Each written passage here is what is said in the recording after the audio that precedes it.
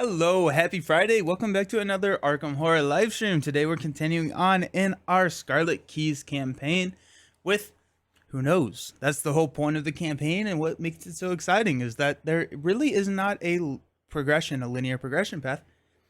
So here we are. Hey Beast Snow, how's it going? 3 days in a row. Yes, sir. Yes, that is correct. This is day 3 in a row. We had a fun Ashes stream yesterday. I filmed a lot of videos yesterday. A couple videos and some shorts, and like the entire time I'm like, yeah, I know I should be doing this, but I just really want to play Ashes, and so yeah, I'm excited to get that back. We're gonna have to figure out when we're gonna schedule that next because I had a ton of fun with Ashes. So, but yeah, we are back. We're playing Arkham Horror, and we are running at some high time. Well, actually, I don't know. I have no idea what the normalization of time is in this campaign, but we are at 9, and we're about to pick up a lot more. And what I will say is that I didn't quite realize that some of these encounters on the map, where you go to different places and then you have your encounters there. What I didn't realize is that some of the encounters are not actually gameplays. And so I was going like I did last time and went to like the next one that I was going to go to, and I was going to set that up, and I saw that there wasn't a gameplay, so I went to the next one. There wasn't a gameplay. And so what we're going to do is we're going to follow that path. I didn't read any of the story or any of the decision points along that path. However, I did see that it wasn't a gameplay, and I feel like that's part of the fun of it. And so for future streams, what we're going to be doing, hey, Maddie, last time on Arkham Horror, how's it going?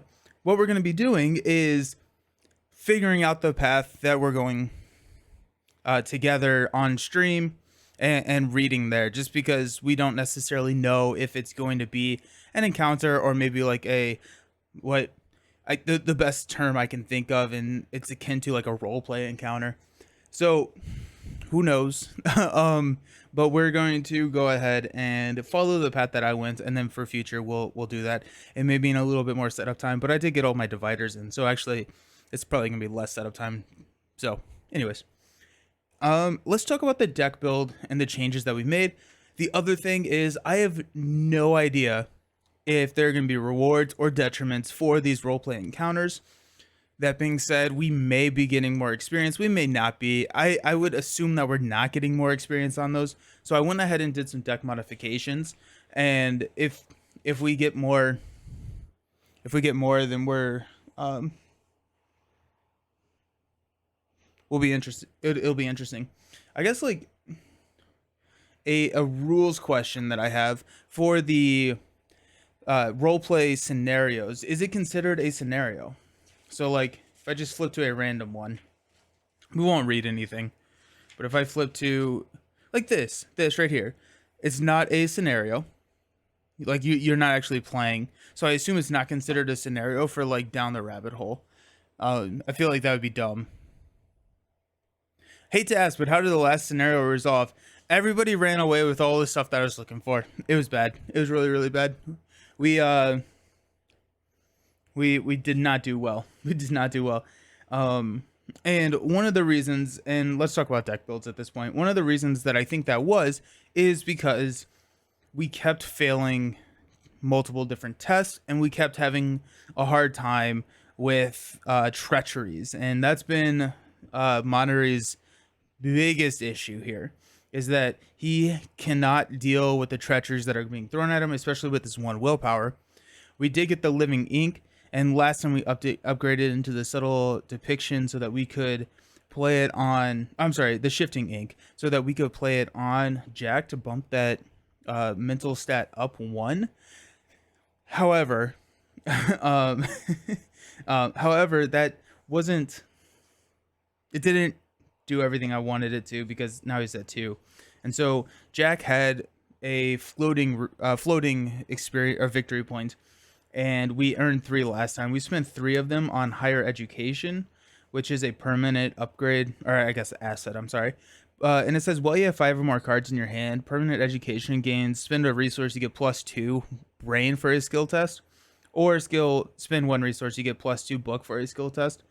So we have this ability, and we just have to adjust the playstyle slightly to make sure that we do maintain that 5 card threshold in Jack's hand, which means that we're probably going to be just drawing more cards than we are gaining resources with his ability, or trying to move multiple spots. And so if you are 1 away from your starting location, Jack gets to get a resource or draw a card. If you're 2 away, he gets both. And so we just need to make sure that we are keeping that higher threshold so we can have the ability to bump our brain up to a 3, or if we have living ink on him, up to a 4, which is just way more comfortable. But yeah, so Jack's still floating a resource, and Jim over here, he gets his free upgrades for cards already in his deck. And so what we ended up doing is we ended up spending the free I keep saying resource, the free the free victory point over here, as well as 2 of the earned victory points to upgrade into Tongue Twister.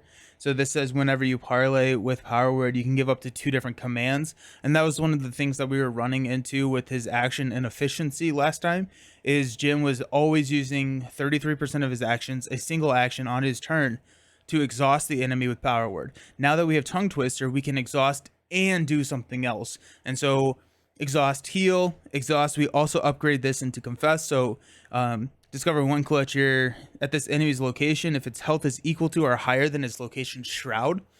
And so Jim has a lot of attack in his deck, and we want to kind of round him out with being able to grab some clues. And the way that we're going to be doing that is grabbing a Power Word, which we now have 3 copies of because of the Thrice Spoken, and be power wording some of these non-elite enemies, and then using them as kind of drones to go get our clues and to heal.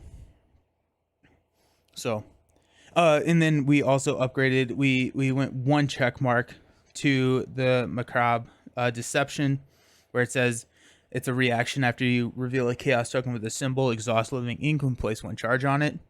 So that's kind of what we're building up to, is getting more charges on those living inks so we can keep it out all game. But the Power Word at this point, we have dedicated a lot of resources into victory points. We've dedicated a lot of victory points into Power Word, and we are getting pretty close to maybe not upgrading this one as much. I could see us do a Betray here, and that may be the last upgrade that we do on the Power Word, and then we can focus on living ink. The path for living ink starts to look like upgrading this so that we can continuously add the charges, add some Eldritch ink so that we can circle the foot and then the book, and then vibrancy. We get an additional +1 to this the chosen skills, and a -1 to each other skill. So that would be a +2 to brain, book, and feet. And the reason that we're going for book is that we also want to be passing this over to Jack. And it's a slow build, and that was one of the concerns that I raised last time, is are the deck builds here too slow for what we're trying to do? And they may be, but it's what we're doing, and I'm honestly kind of having fun with it, so here we are. Power Word might have maxed out if you hit 10 check marks. 3, 6. Okay, so that's 10. That's interesting. Or would it be 11? Because it rounds down. I didn't even think about the customizable cards maxing out.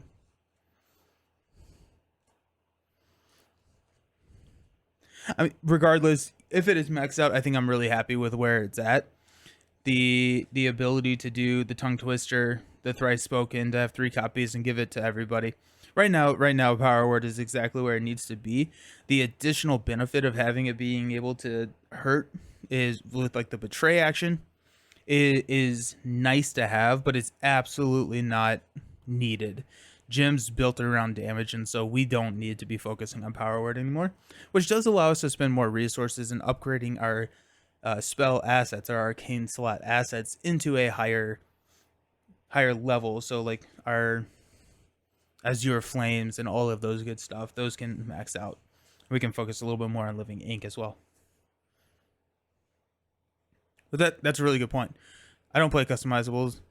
I You do know that there's a limit. Okay, yeah. I mean, well, that's really good to know because I would have just blown past it. But we're good. We're good right now. We are at 3, 6, 10, so we're good. And I'll check the limit, but I'm guessing it is either 10 or maybe 11, just because it is a level rounded down. So I wouldn't. But yeah, we can focus elsewhere now. And then any help with action efficiency on a mystic is pretty greatly welcome. That is so very true. Yep. So we've got that. Those are all of the victory points that Jim and Jack had. Also, funny, the victory point counter that I use that's showing 0 right now, that's the same like macro that I use for my threat in Lord of the Rings. And so I always get a little excited on like Friday or Thursday evening when I'm setting up and I open up this like this setting in OBS and I see that there's victory points is 38. I was like, yes. I was like, wait, no, that can't be right at all. But okay.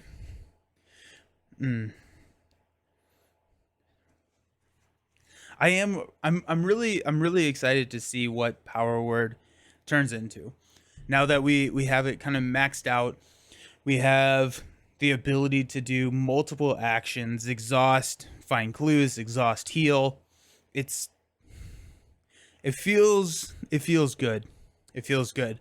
One of the things I think I would have probably done differently in the future is not done greater control. I have not found a situation where I want to return Power Word to my hand, and so maybe would have done betray and distract instead, just to have the options. But I'm still happy with it. Okay. So last we left off, we were hanging out over here in Istanbul. It's not Constantinople, and my path that I went is because I was just going to find a scenario so that I could have it set up, and I did find one, and so we will be setting this up and playing it, but we'll follow the path. And if something does change, like it says you have to go do this at that point, we will probably make that decision and we'll just set up a new scenario. But we were in Constantinople.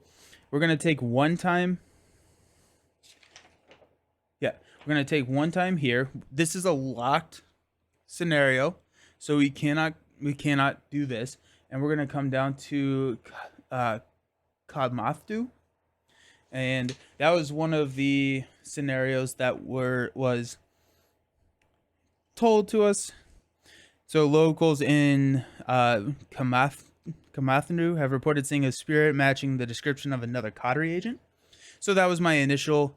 It's still called Constantinople in this game. It stopped being called that in like the 1400s. So the best thing that I saw talking about Constantinople, because in the campaign book it's called Istanbul. Hey Beast, how's it going? Finally got your sound working. Welcome. It'd been funny if I was just talking for like 20 minutes. No one. Yeah, so in the book it's called Istanbul, and on the map here it's Constantinople. The best idea or thought behind that is that the map is an older map, whereas that we're following. Yeah. So we're here in Kamathu, which is 53 V. So whistle on the wind. Boom.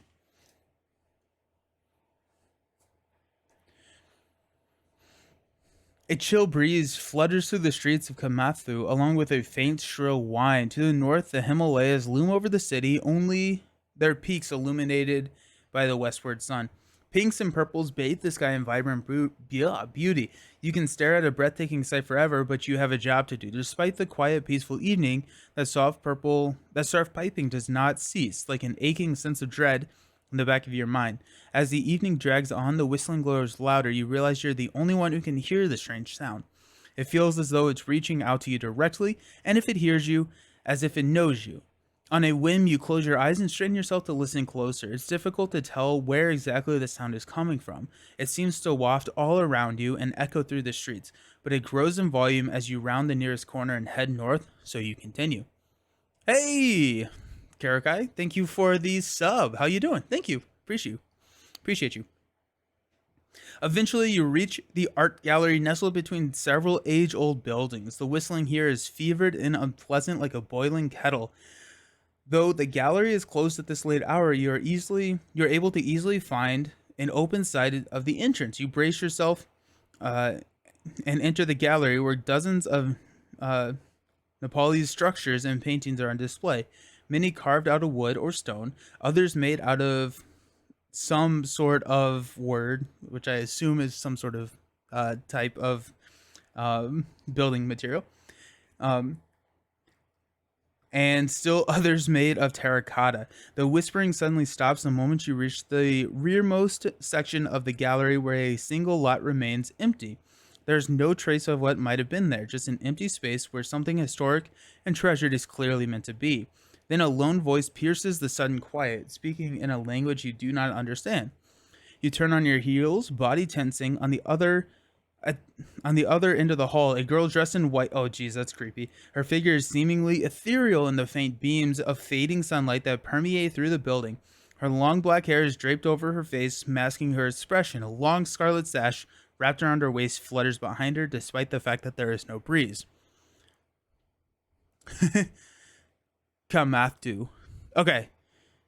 Yes, we are talking about the city. Thank you. I appreciate it. I am the word spell the material. Ashtadhatu. I don't know if it's gonna be able to focus where my thumb is. Yeah, she doesn't look suspicious. Okay, so Kamathu. Thank you. I'm so bad at pronunciation. You freeze. The figure of the girl does not move. Her hair and sash drift steadily in the stillness. Then she speaks once more. Again, you don't understand a single word of it, though you notice she has switched languages. Recognizing a few root words, you realize she's using Latin. Oh my gosh, this is so creepy. She speaks again, this time in what sounds like ancient Greek. Um, if she is trying to communicate with you, it may be wise to play along. You ask her what she's doing, why she guided you here. Her response is yet another language that eludes you, this one sounding somewhat like an ancient blend of Egyptian and Greek. Read only if an investigator has the drifter trait. Okay, so we have a performer and a wayfarer, so we don't get to read that, but that's really freaking cool. I really like that idea, that there's parts of this that you get to read based on what traits your investigators have. That's really interesting. Due to the language barrier, it's difficult to get a sense of what she wants from you. As you attempt to decipher her intent, she approaches slowly, her steps making no sound whatsoever along the wooden floor. I just lost my spot completely. She gestures to the empty lot next to you and whispers softly, as though the sound might carry with you some meaning. You wonder if perhaps there might once have been something here. Then you realize it's gone, vanished from history without so much of a trace. You recall the woman's name from the Foundation's dossier and ask her if she is also on the trail of the entities responsible for these kinds of disappearance. She does not seem to understand you, but she tilts her head in recognition of the sound of her own name. Then she wrenches something from around her neck and extends it to you in a closed fist. The lead investigator must decide, accept what she's offering or do not accept her offer. We're going to accept. I mean, like, why not, right? We're here. We've never been burned by taking random stuff from ethereal spirits before. But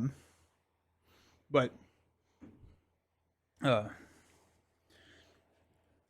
also just been taking everything. So it's like that burned me in Dunwich where I got cursed by something. But it's like, it'd be kind of fun. You extend your hand. A small device on a silver chain falls onto your palm. It is a whistle carved out of bone to look like the head and beak of a white raven. Glancing back at her, she points towards the plaque next to the empty lot and says something once more in what sounds like Latin. You ask what she is after and what the significance of the whistle is, but she remains cryptically silent. Turning over the whistle in your hand, you find no markings or clues as to its purpose. When you glance back up to its question, she has vanished, replaced once more with a cold wind that seeps into your skin. Then, though no one else seems to hear it, the piping returns, soul wrenching, ear splitting, and it does not cease for as long as the whistle remains in your possession. That's a bummer. Each investigator suffers one. Okay, so in your campaign log, record that the cell possesses a mysterious whistle. That's cool. I'm gonna need to start writing these down because I feel like we're gonna be doing a lot of these. Yeah, to quote Peter Krill, what could go wrong, right? Oh my goodness. Okay, so we own a mysterious whistle.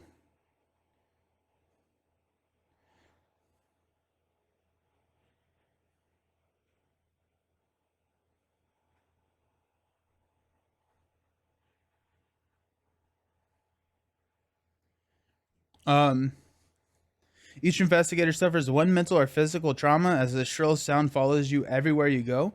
Okay, that's cool. Jack's gonna take one, and we'll have Jim take one, which is actually not the worst thing because we do have this last blossom, which we have been activating on each turn, and this says heal one mental and physical, heal one damage and one horror from each investigator at your location.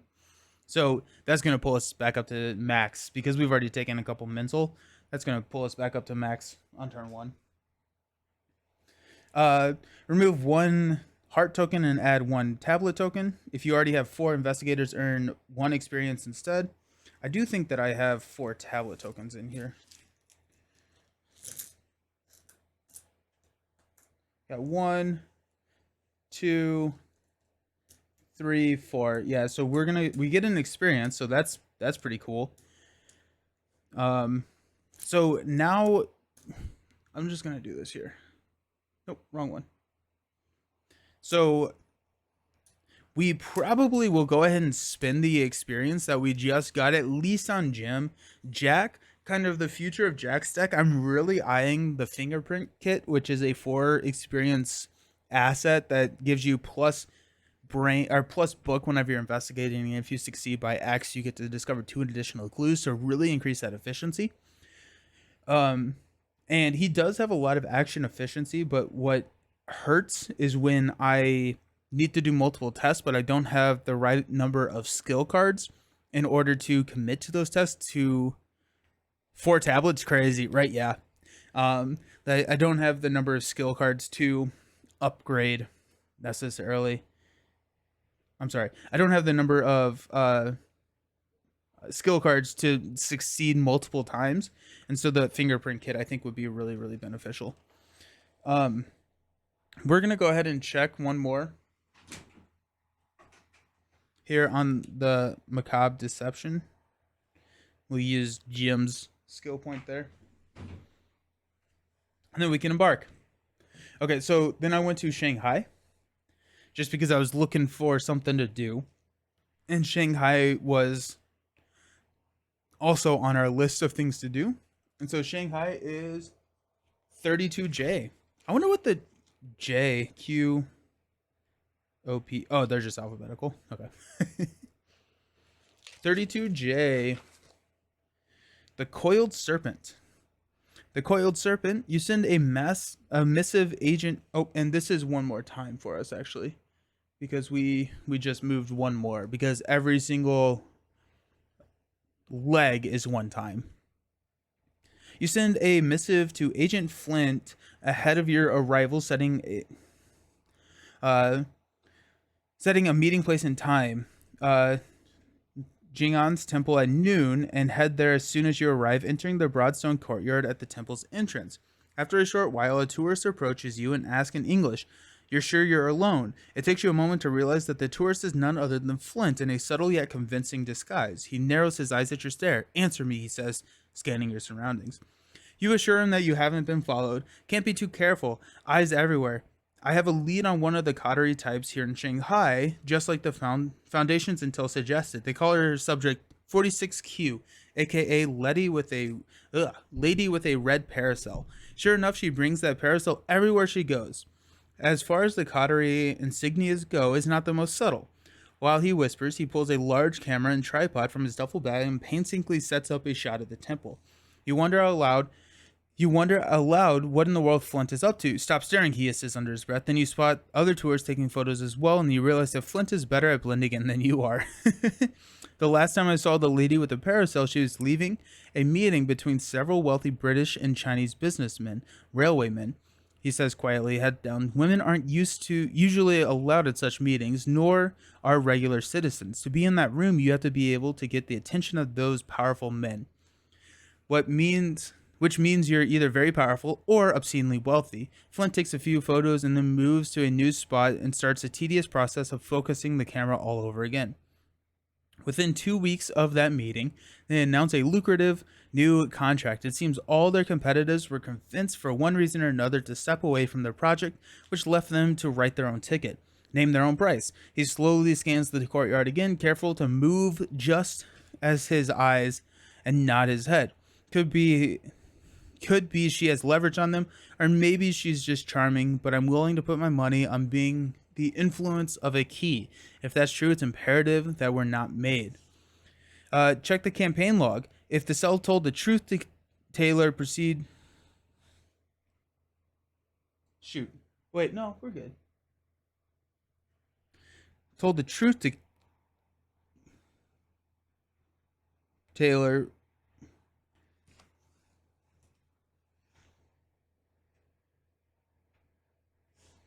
I don't remember that we did that at all.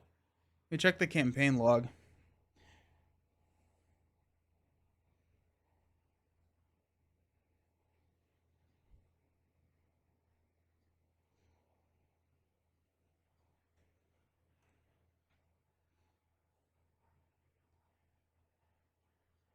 I have not written anything about the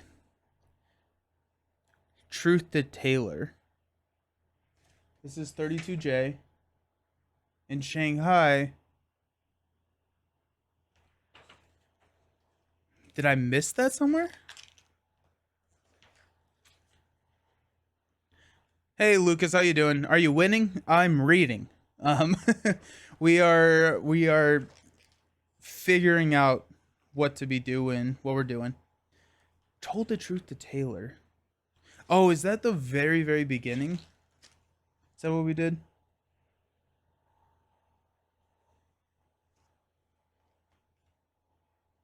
No, that's LaFlint.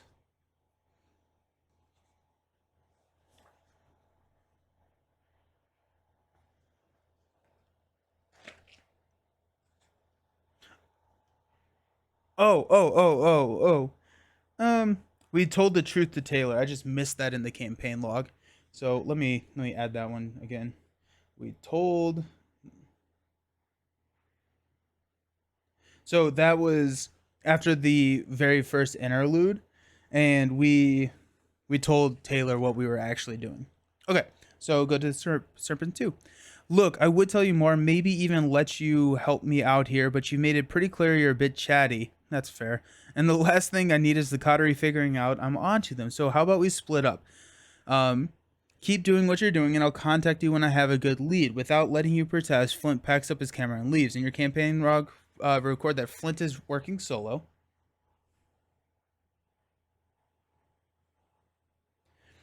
And find the sixth spot from the current time. Mark a psi on that spot. Okay, so in your campaign log, find the sixth spot from the current time. Is that like 16? Is that what that's saying? No, that can't be right. Maybe it is.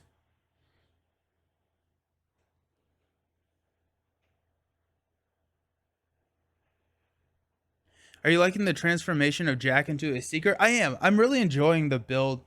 And what's been killing Jack here is his lack of like brain. And so we did upgrade into the higher education, hoping that that can help a little bit, but we'll see. Sixth spot from the current time. Is that in the time rule somewhere?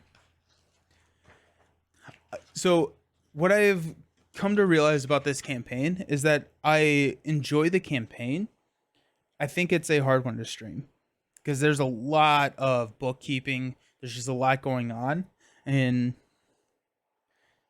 be it's just I think it would be hard to play multiple times just because it's. I feel like the amount of time that I've played this, 40% of it has been bookkeeping. Tracking time.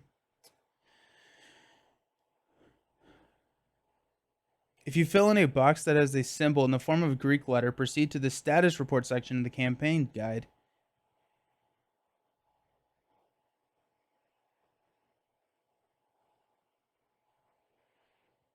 Oh. Under the time passed header in your campaign log. So I'm wondering, this is probably what it is. There's a campaign log in the back of this thing. Yeah, okay. So here we are. Oh shoot, we were supposed to do something here. There's so much going on. There's so much going on in this. Okay. So we were supposed to do alpha and epsilon, it looks like. And now we're going to 17 where we're marking psi in 17. I really don't want to mark it in this book, but I guess we'll do that. Okay. Okay, so that's interesting. Let's figure out what we needed to do with alpha and epsilon, just in case that breaks everything. Um,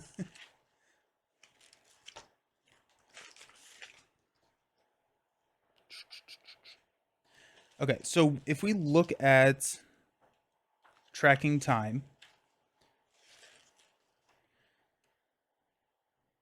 after you fill in a box that has the symbol, proceed to the status report sections on page 69. Hey everyone, finally caught up with your stream. Have you seen the new Dagger game from FFG? I have. I saw that they announced that yesterday. Also, hello. How are you? I am not super impressed with the Dagger game. It looks,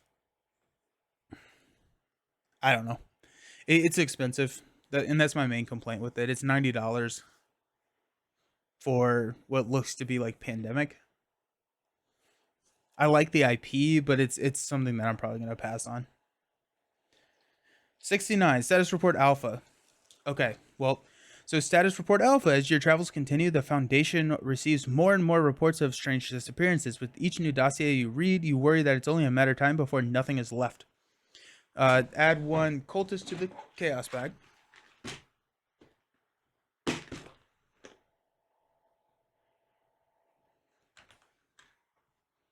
And then beta, you receive a coded message from Commissioner Taylor herself. Agents, not long ago, a massive explosion occurred near the something river in Siberia. It's classified as an impact event, but it's just a cover story. Our intel now indicates the Qatari involvement. I have reason to believe that this may be the site of their sanctums, perhaps its primary safe house. You have clearance to investigate the site, but prepared for anything. Add one cultist to the chaos bag. In the Central Asia section of your campaign log, find here in your spot right 59Z. You're now allowed to travel to that location whenever you embark. We could go there now, honestly. This will end the campaign. I do not want to do that. Never mind. Just kidding. Just kidding. I don't want to end the campaign. Hilarious. And then I think that's it. So we're at 11 time. Yep. Oh, wait, shoot. That's beta. Why do they not go in order? So, just kidding. Epsilon E. As you traverse the streets, you flinch at every shifting shadow and every passerby wearing wet. You're definitely being followed, and you have no lack of enemies who might fit the bill. Also, we need to remove one of those cultists. For the remainder of the campaign, whenever you are setting up a scenario, perform the following. Gather each of the enemies in the red Qatari encounter set whose name matches you haven't seen the last of in your campaign log. Choose one at random and shuffle it into the encounter deck. The red Qatari agent indicated is... Okay. So, we have to do that. If you are a cautious type, you copy the dossiers with the redacted text from the PDF. You can read everything that's... Oh, really? That's kind of cool. Huh. Well, greetings from Europe. I'm good. Even my wife got used to your videos running all day. Well, that's fun. Well, I'm super happy that you're able to make it live. Greetings from You're up. That's fun. Okay, so we need to find that. And we haven't seen the last of the Red Glove Man and one other. I don't quite remember right now.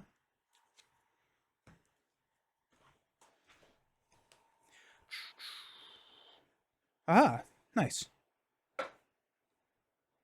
There's a lot of enemies, but we only shuffle in one random one. And we didn't have to do this last time because we just hit that time. So here we go. Here we're good. That's really fun. I think I'm gonna do that after I finish the campaign, is to go read all the redacted stuff, because that's really interesting. That's fun that they can do that, or that they actually like put stuff there. Okay, we actually can't do that because I read the wrong one. We came over to San Francisco. That was my next stop. So that's 26G.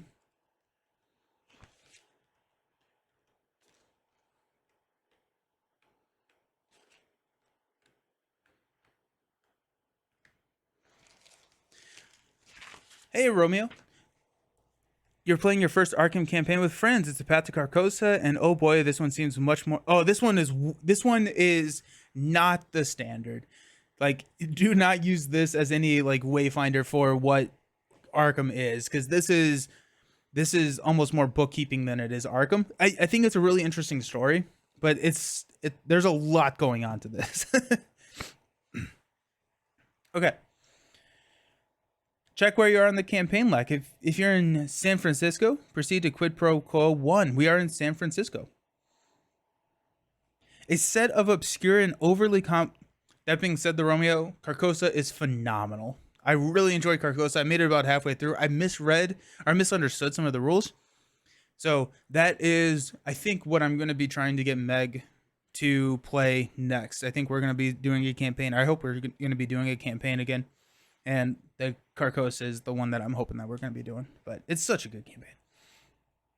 A set of obscure and overly complex instructions lead you to a drab two-story stone building on the edge of San Francisco's Chinatown neighborhood. Inside, a bored attendant slumps behind a desk near a brass elevator. Punching a specific code, the elevator takes you deep underground, further than you could have predicted. On minus 14F, you step out and are greeted by an imposing man, a well-tailored suit and a black fedora. Archibald Hudson, we met in London, he reminds you. Your cell is quite the talk around the office. The agent leads you down a seemingly endless hallway lined with alcoves. Each alcove depicts something different: a model of a hollow earth, a crystal skull, and a map with key lines and other known markings. You pause and look at a half-eaten ear of corn, still steaming. From what I hear, that corn's been cooked to perfection for the last 2 decades. That's so weird and random. So's the dame who was eating it. Agent Hudson says grimly. Looking at the paradimensional relics gives you a headache. Your eyes struggle to focus on them. They are both there and not there at the same time. Hudson ushers you down a hall into a boxy room crammed with metal filing cabinets and sits down behind a heavy wooden desk. He speaks into a ring spring microphone. File 26G2, interview conducted by Hudson, Archibald, destinations 42A 6951. That's Agent Hudson to you. He arches an eyebrow. Over the next several hours, you answer a gauntlet of grueling questions about your experience thus far, ranging from the past day to your experience in London. When it's all done, Agent Hudson leans back and lights a cigarette. I'll admit I was skeptical about you from the start, but Commissioner Taylor has good instincts and I haven't seen them steer her wrong yet, he says. You've done good work so far. We've got some intel and resources that might be useful. Ooh, tell me what the Foundation can do for you. Also, I need to mark a time because we did go to San Fran. We'd like to get around faster. We'd like some supplies. We'd like some intel on subject 11B. Ooh, okay. So that's interesting. What do we want? I don't really care about subject 11B, honestly. I'd rather just beef myself up. I'm kind of in this for myself. So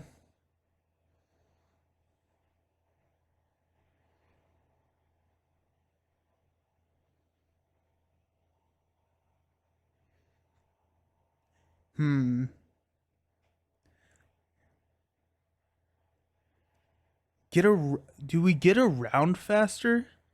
Because that could, I don't know if that's like actually like here or if that's like in game getting around. I assume that's probably out here. Or do we want supplies? Supplies could be kind of cool. I'm hoping that that's like a fun like card or something that we can add to our deck.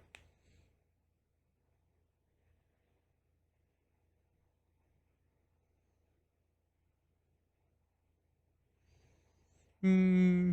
Let's get the ticket. Let's do the ticket. Um each investigator adds one copy of the expedited ticket to their deck and we may embark. I have no idea where to find the expedited ticket, honestly.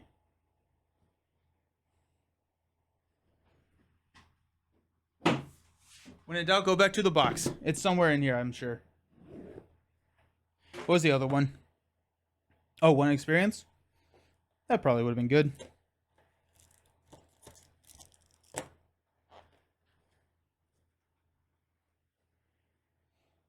Okay, so expedited ticket. Oh, it's a permanent. While embarking to a new destination, you can exile expedited ticket to mark one time in your campaign log to travel anywhere on the map. I don't like that. I wish I had the experience. I don't know enough about the. Do I only have one of those? I don't know about enough about the campaign to know when to use that. Or is it one? The lead investigator. Okay, that's why. Lead investigator's Jack.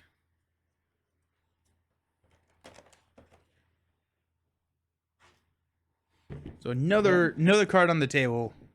Last time it was so busy. The table was so full. Like I like took a step back after I stopped streaming last week, and there were just cards everywhere. It was insane. I kind of wish I had taken the experience. Oh well, here we are. It's a permanent while embarking. So we can go anywhere that we want. So this may come in handy if I realize that we have to get there in a certain amount of time or something, but here we are. Okay, after this, I went down to Havana, which I think is actually where we do our okay. So we started here in Constantinople and made our way across the world down to Havana. And Havana is one of the initial places that they told us to go, which is why I went there. So Havana, or Dancing Mad. As it turns out, finding the right coterie operating out of Havana is the easiest part of your trip to Cuba. According to your intel, Mr. Alvarez can often be seen spending his night at Cafe Luna. Wait, we've heard Cafe Luna before, right? Was that in Dunwich? Or was that was the something Bell Luna, right? A hotspot among the locals and American tourists looking to escape the iron jaws of the Prohibition. Open at nearly all hours of the night and serving a variety of liquors that would make even the most seasoned bootlegger's eyes bulge, the bar has become one of the most popular in all of Havana. You arrive at peak hours hoping to use the crowd to blend in, for you all know Mr. Alvarez may be warned of your approach. As soon as you arrive, you are greeted by an array of bright lights and a crowd almost too thick to squeeze past. Live jazz resounds from within the club, and many are dancing and reveling. Some before they even get inside. A bouncer in a black, I read that as pink pinstripe, La Bella Luna. Okay, cool, thank you. I was like, that sounds so familiar. A black pinstripe suit street greets you at the door, giving you the once over but not bothering to pat you down. Ask for a password or any of the unusual hoops you might have to jump through to get back into the speakeasy hidden throughout the states. Once inside, you head straight for the bartender and struggle to get his attention. You order a drink as a cover, but his expression changes the moment that you're saying you're looking for Mr. Alvarez. Eyes narrow with suspicion, he nonetheless nods in the direction of a roped off hallway in the back corner of the room, guarded by two more suits. Both of them flank you as you approach. They follow you into what can only be assumed to be the club's VIP section. There, in a dim, smoky black room, sits none other than the man in the blood-soaked suit. That sounds awful. So named for the red accents adorning his otherwise black suit, or perhaps it's simply a metaphor. He inhales slowly from his cigarette hanging loosely from his lips as he appraises you. Across from him sits two others, an elderly Cuban gent in a red vest, puffing on a thick cigar, and a dangerous looking woman in a red dress who sips from a martini glass. All of them have murder in their eyes. Oh, the house always wins. Okay, yeah. La Bella Luna is an Italian restaurant serving as a color for a speakeasy called the Clover Club.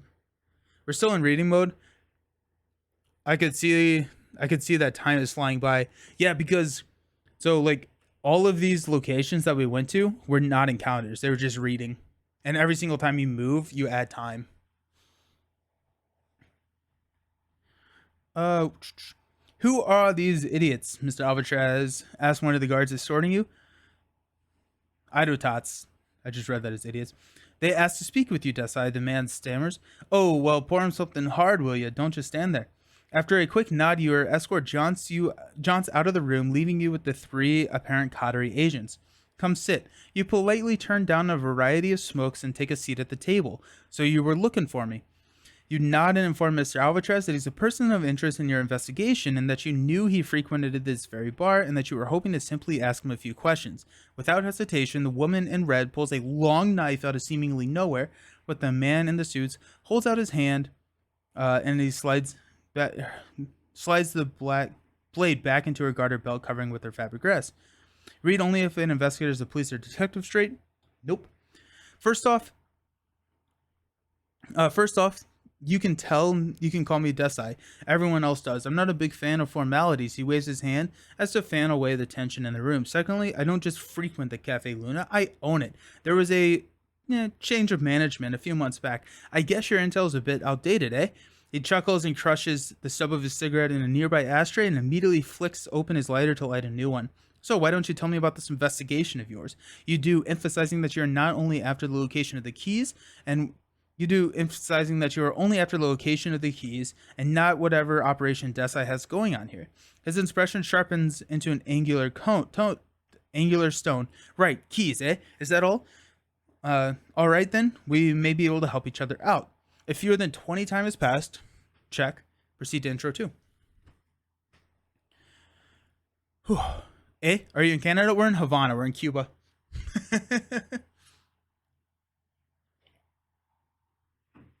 Okay. Sighs and opens up to you, much of the chagrin of his two companions who look on with surprise. Something's been after my crew in Havana. Started with some new blood who went off grid all of a sudden. Then a couple of long timers just gone, he says with a snap of his fingers. At first I thought it was just some uppity rivals looking to expand their territory. Fools who don't know who I really am. The kind of scum who'd run this city into the ground. He ashes his cigarette. Man, he is going through these things. He ashes his cigarette, staring into the ashes like there is some greater meaning inside to sift through. Weird part is, I don't remember their names. Nobody does. Sounds weird, right? I never forget a name. Never. His gaze locks with yours, cold as stone. Now I'm starting to suspect something worse. The kind of thing your people deal with. You wonder aloud if this is the type of thing his people are also supposed to be dealing with. Don't let me in with the rest of them, he chides. I've got other fish on the menu. Now, you've got two choices. You either help me with my little problem, or me and your buddies here are going to throw you to the curb. Which is it going to be? After a moment of thought, you tell Desai that you'll help him if he gives you the location of any known keys and relinquishes any he might have in his possession. The other two coterie agents lock eyes with Desai in vain, but he has already made up his mind. He extends his hand. Deal. But I want in. We'll do this together. Nobody messes with my crew and gets away with it. Come back here tomorrow night, same time, same place. You nod and depart, booking our room at the Plaza Hotel in Old Havana and getting some much needed rest before tomorrow's investigation. We made a deal with Desai, so let me add that.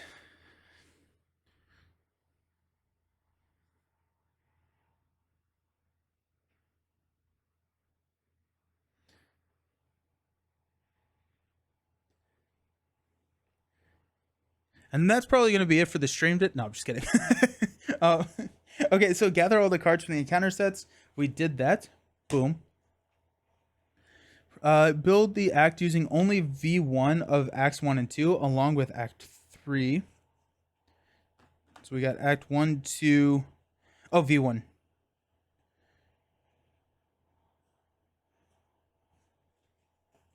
Okay.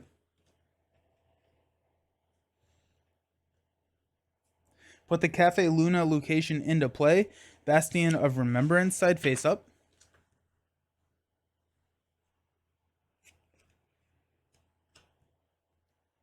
Why is that a Shroud of 5? That's insane. There's so many high Shroud values in this game. Each investigator begins play at the Cafe Luna. Boom. Put all 6 remaining locations into play. See location placement on the next page. Thank you so very much for doing that. You know, geez. Okay, so the Cafe Luna is going to be over here. We've got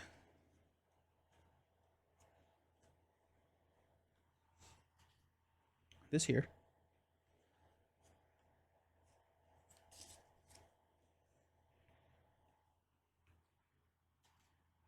This here. Plaza Hotel is here.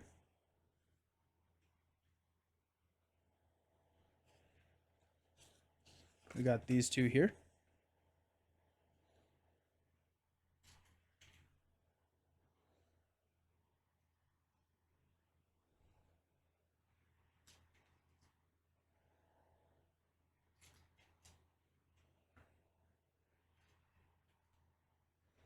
Okay. Find both copies of the Desperado Delgado Albatross Enemy. One has the story asset version on either side, and one has the standee encounter on the back.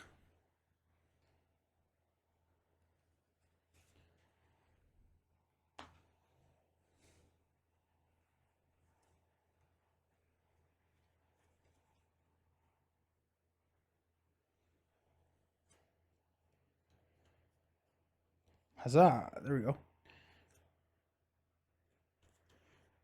Set the version with the encounter back side out of play. Flip the other version to its story asset side. Choose an investigator to take control of the story asset. Okay. So this is when an attack from a monster enemy deals damage to him, exhaust him, cancel 1 out of the damage and deal 1 damage to the attacking enemy. That sounds really freaking good. Ooh. Who's that going to be? I feel like maybe Jim. Maybe Jim, mainly because he can protect the health a little bit better. Jim's got a little bit less health. I mean, like 2, but that's, I guess, 1. Jim can heal way easier, so let's go over here to Jack. Choose the investigator to take control. Yep. Set the cleanup crew and Crimson Conspiracy and counter sets aside out of play. These sets are indicated by the following icons. So we got 2, 3, 4, 5, 6. And the phones. Now the buildings are so tall. 1, 2, 3, 4, 5. Got those out of here. Gather each decoy mini card in each of the following mini cards. Those are right here. Shuffle the remaining of the encounter deck. This is a small encounter deck. You're now ready to begin. Okay, we need the agenda. Dancing Mad. So we have a ton of tablets in there, which are -3. If you fail, set each non-weakness card committed to this task aside out of play as a hollow. We don't have any of. We have a couple of the -4s. Oh my goodness. If you fail, put a decoy into play at your location, flip it over and shuffle each concealed mini card at your location face down. And Skull is -X, where X is the number of enemies in the shadows. Alrighty. I feel like I'm missing cards. We got 1, 2, 3, 4, 5. No, we're good. Just have like 20 cards in the encounter deck. Awful timing. I have to go now. No, sorry. I'll probably still be going in an hour. The other thing about this campaign is that the different encounters have been very long. They've been long encounters, and so hopefully I'll see you in an hour. Thanks for hanging out. These are gone. I have so many cards everywhere. I really like. So I filmed another deck building video yesterday, and so there's just all of those pre-constructed decks everywhere. It's, oh my goodness. You are now ready to begin. Huzzah! Let's go. Okay. So we are looking for power word for Jim. Jim really lives off this power word. It would also be nice to go ahead and grab a living ink. That would also be really helpful. Jack, we're always excited to see his bullwhip. We are always excited to see kind of his asset upgrades where he can be moving and taking additional actions and all of that good stuff. This is already a very busy board. And I need to remember that I have the higher education. We did embezzle 10 resources from last game. So we are going to be giving those 5 resources to Jim, which is why he's starting with 10 resources. Jim's deck is pretty high cost. And so that's why we are giving those resources over to him. I don't know how much more embezzlement we will be able to do, mainly because we're going to be using our resources here for a higher education with Jack, which means that we probably want to maintain a fairly healthy pool of resources. But towards the end of the game, we could be looking at embezzling some of that treasure over. So Jack starts with 5 cards. He's our first player. We got Pathfinder, excellent, beautiful. You got Eureka, which is always solid. Backstab is okay. Lone Wolf is really good to start us out. And then Unexpected Courage. I'm really happy with this. We may mulligan the Backstab. Yeah, we'll mulligan the Backstab. Yeah. And then we will get a Perception. Alrighty, sweet.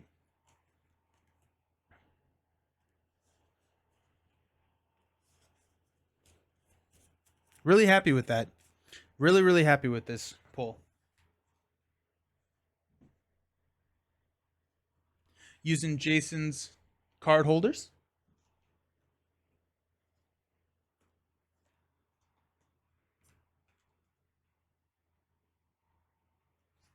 Okay.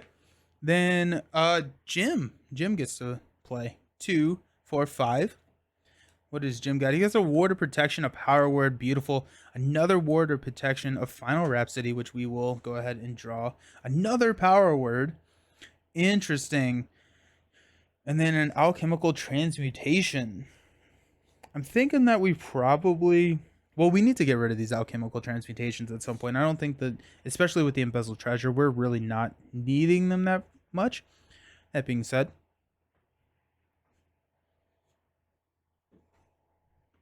We'll have to see. I'm going to keep 1 copy of Power Word. We may keep a second copy. We're going to keep both the Wards of Protection. I think we're going to mulligan the Alchemical Transmutation. I think we're going to mulligan the second copy of Power Word. Just because I want damage. So we're going to draw 2. Shriveling, beautiful. And so, there you go. There's your damage right there. So we got the AoE damage, and then the Shriveling is... the fight with the brain damage. It would have been nice to get a living ink. I guess that would be the only thing that I would want to be drawing into at this point. So let's read all of our setup stuff.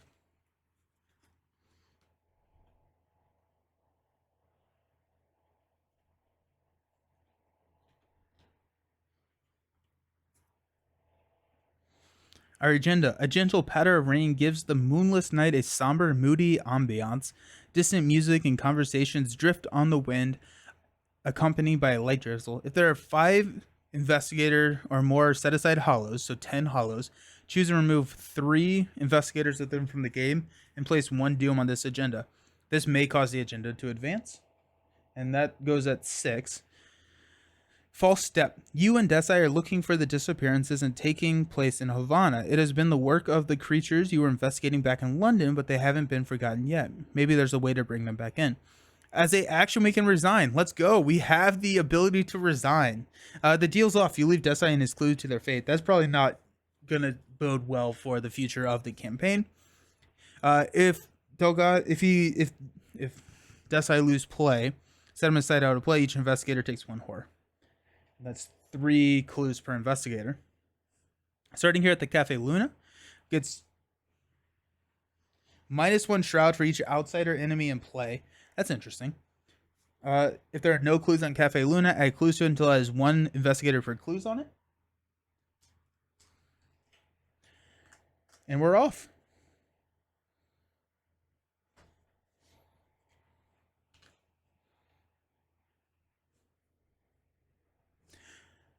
None of these are like locked or anything. We can go wherever we want. Was there ever anything that told us that we needed to be doing something? Huh. I don't think so.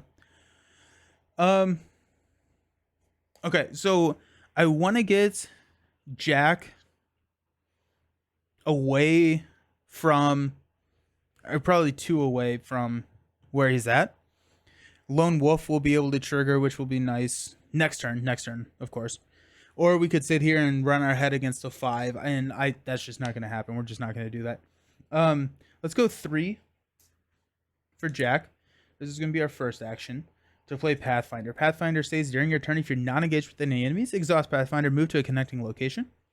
So we will go ahead and do that. That's our quick action. We're going to move. Where do we want to go? Let's go up to the streets. That seems fun. Another Shroud of 5. Jeez.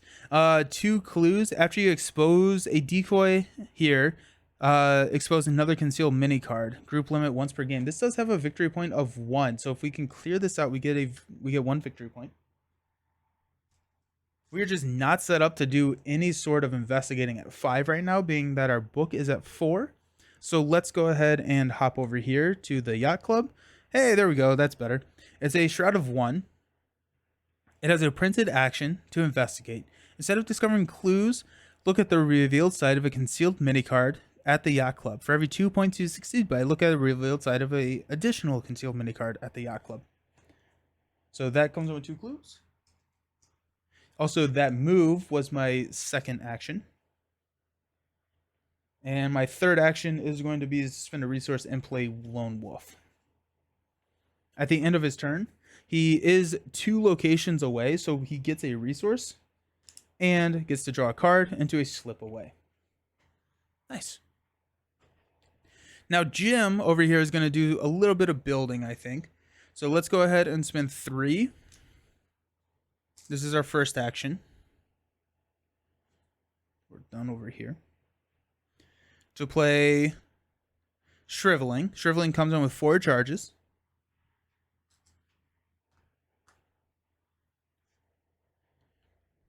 And I guess Jim will come down here. We'll start exploring everything.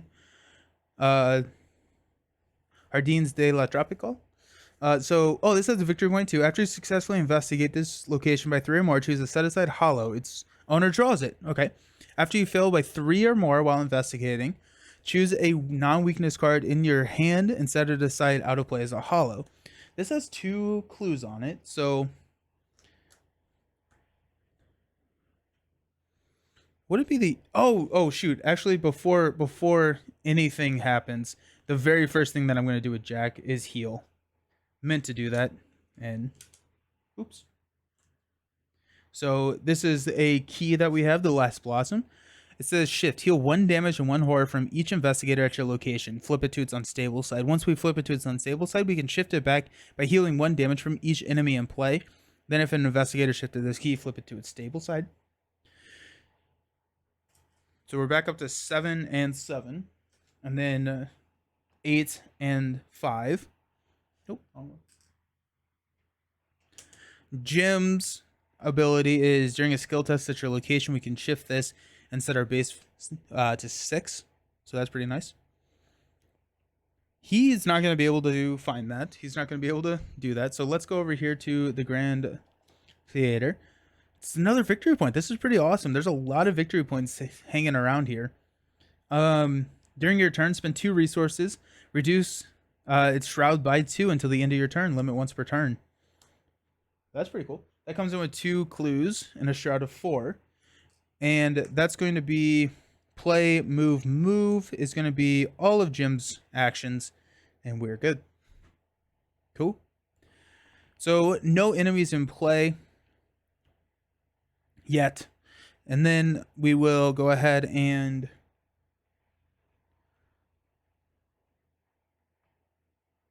go into refresh. So Jack's going to get a resource. He's going to draw a card into Buried Secrets. No. Okay, this is actually not that bad. Put Buried Secrets into your play, into your threat area. We're going to crunch this up a little bit. If your location can be investigated, you cannot move except by scenario card effects. We can investigate. If you succeed, instead of discovering clues, we can discard Buried Secrets. Thank goodness we're at the Shroud of One here. Thank goodness. And then Jim is going to get a resource. And Jim is going to draw a card into the Holy Rosary. That's actually really nice to see soon. Yeah, that's great. This is so many cards to build up. This is so many cards. Okay. At the top of the round, we're going to place one Doom. This is out of 6. And Jack's card is a Matter Inversion. Attached to an outsider enemy in play. Enemy without a copy of Matter Invasion attached. If you cannot, it can search. Oh, and actually, let's shuffle one of these in here. We have not seen the last of Amarath and the Red Throne, or the Red Glove Man. Let me go ahead and check that just in case. Man, remember what the board looked like in the last? It was crazy. It was insane. And this is turn 1. There's a lot going on. What was I doing? No, I was going to Canva. Yeah, Amarath and the Last Glove Man. So we'll choose one of these at random and shuffle them into the encounter deck.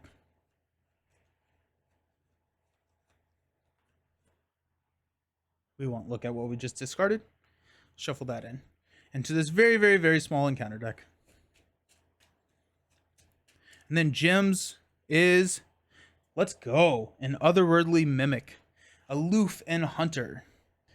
If Otherworldly Mimic is ready, when Investigator at its location commits or triggers an ability on a copy of a set-aside hollow, it attacks that Investigator. Okay.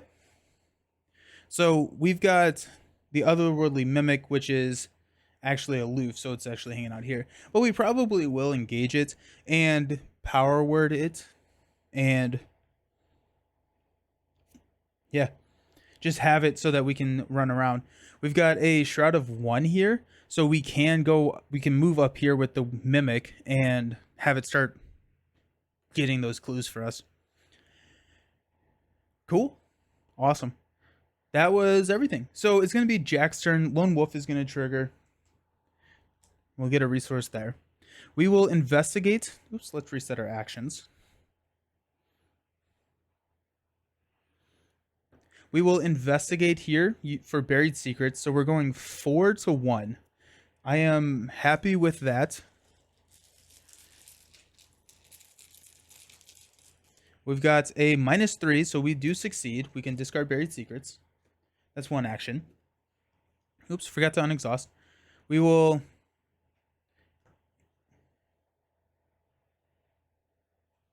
I need to...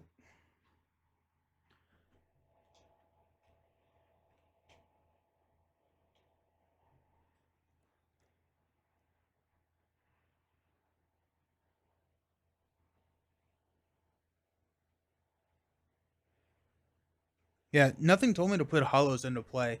Everything seems to be revolving around that, but nothing does. So we'll Pathfinder here, then we'll move for 1. So we're going to be 2 away, so that's going to be nice. And then I guess we will... Let's Perception to go 6 to 3 here.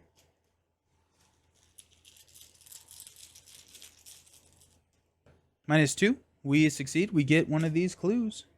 After you successfully investigate by 3 or more, we did not do that. Okay. Perception allows us to draw a card into embezzled treasure. Very cool. So that's all of Jack's turns. Okay, so on Jim's turn, we're going to spend an action to engage the Mimic. We will spend 3 money. to play a copy of Power Word onto it.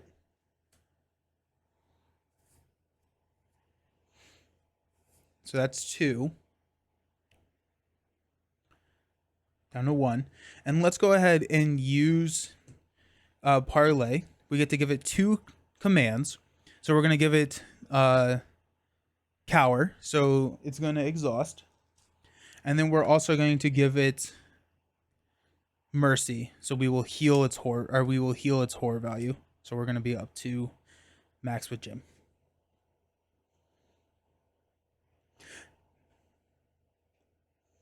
This is cool. Okay, so this is actually pretty cool. When I move, like if this is unexhausted, when I move, it would attack me and hit me for 2. But I can move up here, and then I could give it a parlay to Mercy and heal the 2 that it just gave me. That's pretty cool. So that's going to be 3 for here. We have no unexhausted enemies. We will unexhaust. Or I guess we have no unexhausted enemies. So now we'll go into the refresh phase. We will unexhaust. Give a money. So we're at 4. We need to go to 6 or 5. Oh, and Jack actually needs a money. No, I already did that. And then he's going to draw Dr. Christopher. There we go. Now we're talking. And then Jack's going to get a money. Or Jim's going to get a money. And we will draw into a Storm of Spirits. Sweet. So we got a lot of damage coming. Top of the round, we will... Ah, dang. Huh. Trying to figure out where. Okay, so we'll add 1. Jack has got a Secrets Lost. Test Brain 3. For each punch you fail by, choose a non-weakness card in your hand and set it aside out of play as a hollow. If you succeed by 2 or more, you can take 1 horror to choose a set aside hollow and add it to its owner's hand. Okay, so we are at Brain 1. We're going to spend 1. We have 5 cards in our hand. We're going to spend 1 to go up to Brain 3. We're probably going to get... Oh, wait. And then we're going to commit Unexpected Courage. So we're Brain 5. We may go Eureka here, too. We're going to go Eureka for Brain 6. 6 to 3. Who said Jack didn't have any brains? 6 to 3. Skull minus X, where X is the number of enemies in the shadow, which is 0. We pass. Jack's OP. Eureka is going to allow us to search the top 3 cards of our deck and add 1 of those to our hand. We're going to take our trusty bullwhip. Okay. Alrighty, Jack. Let's go. And then we've got Jim over here. Body Snatch. Test Brain 4. If you fail, choose an ally or item asset you control and set it aside out of play as a hollow. If you cannot, take 2 horror instead. Okay, so this is probably going to be 2 horror for us. We're not going to go. We're going to go 4. We don't have any item or ally assets. And so we'll test Brain 4. We got a Skull, which is -0. We actually pass. Sweet. Okay, cool. Because this is number of enemies in the shadows. We're good. We are feeling okay. And it's our turn again. This never happens. Let's have Jim go first. We're going to move up here. The Otherworldly Mimic is going to attack us for 2. For the attack of opportunity. That's fine because we can heal later. We are going to use Power Word for our second action. Let me reset these actions real quick. For our second action, to give it the Exhaust and Confess. So we have 2 and 1, so we get to discover a clue here.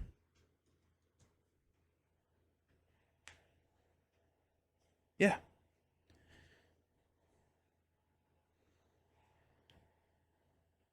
Yeah, so we moved for 1. We had Power Word for 1. So we actually have another.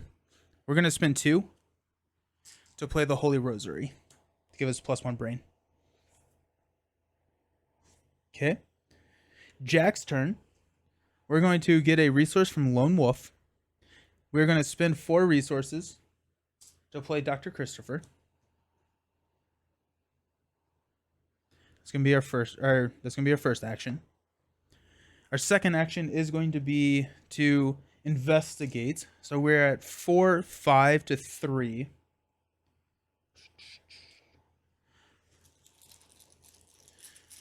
5 to 3. We've got a skull, which is a -0, so we are good. We get this, and we get another resource from Dr. Christopher. That's going to be our second action. We will... And that's a victory point. Let's go. Let's go. That may be the easiest victory point we've ever got.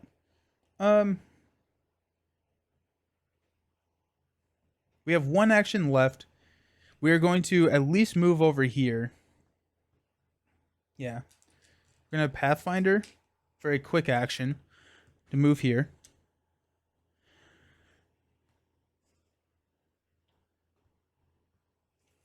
Our resources are going to be a lot easier to maintain than card draw, so we will draw a card using our ability here.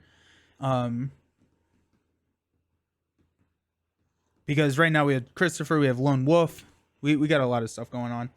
I'm going to place the permanent, I'm just going to place the permanent under Jack, because this is when embarking. And it's just going to clear up our board space a little bit. We don't need that during the game. I'm thinking about moving over here, but I think I'm going to be spending my time here instead. If we draw the weakness, that could be bad because it deals horror, actually. One action left. I'm honestly thinking about draw. No, if we draw and then we draw in the refresh phase. Oh shoot, no, we're gonna play the bullwhip. Just kidding. That's our last route. No, the bullwhip is fast. We still have another action. Hilarious. We're gonna draw a card. We got field work. Excellent. So the reason that we drew a card, we're now sitting at 3 cards in our hand. I guess there's not a good way to show how many cards I have in my hand. Because since I'm playing two-handed, I need these stands, so I'm not just fumbling cards the entire time. But we have 3 cards in our hand. At the end of our turn, we're going to draw a card. We got backstab. And then during the refresh phase, we will draw another card, which will put us at that 5 threshold for higher education. We need to maintain that, but we've just drawn all of our good building cards, which Fieldwork is another building card that we will probably want to use, or want to play at some point. But there we go. That is all of our actions. So we have no unexhausted enemies, so we'll move into the refresh phase. We will unexhaust. We will draw a card for Jack, which is a Think on Your Feet. And we will get a resource. Jim gets a resource, and we've got Granny. Nice. Granny will be good to throw down. That's hilarious, by the way. Granny throwing down. Let's go. Okay. Cool. So we'll place 1 Doom. Again, our threshold is 6. So we're about halfway there. Jax, undercover. There are no enemies in the shadow. It gains Surge. I'm not missing anything, right?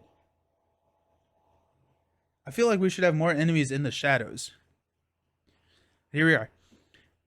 Paradigm and Facer. After you end your turn at this location, look at the top card of your deck. If it's not a weakness, set it aside out of play as a hollow. And then if you own 3 or more set aside hollows, it attacks you. It's an aloof. It's a 3/3/3. Here we are. So it is here. It's hanging out here. We probably want to take care of that. Just so we don't... Or we could get another power word. That could be kind of cool. That would be kind of cool.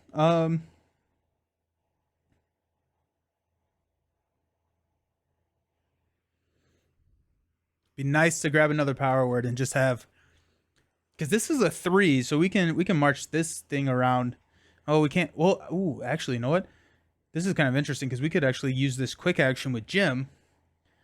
We could reduce the Shroud to 2, and then our Otherworldly Mimic can grab that last clue for us. but it is nice for Jack to be doing the investigating because of Dr. Christopher. Okay. Jim's test brain 3. For each point you failed, choose a non-weakness card in your hand and set it aside out of play as a hollow. So brain 3, we've got 5. I'm good with this. We've got a tablet, which is -3. If you fail, set each non-weakness card committed to this test out of play as a hollow.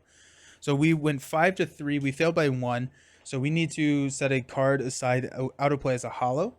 We're gonna go this Storm of Secrets or Spirits. We have 2 of those, and so I would rather have that. The other option would be a Ward of Protection or a Granny, and I think I want to hang on to the Ward of Protections because I think that the Ward of Protection can protect us from more hollows. Okay, we need more actions.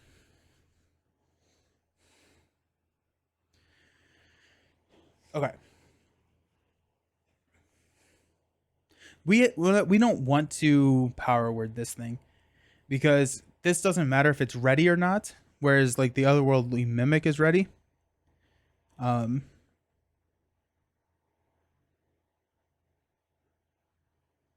do you trigger something on the set aside hollow?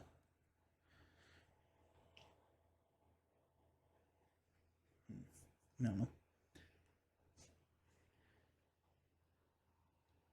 So we could engage Bullwhip, and kill this Effacer.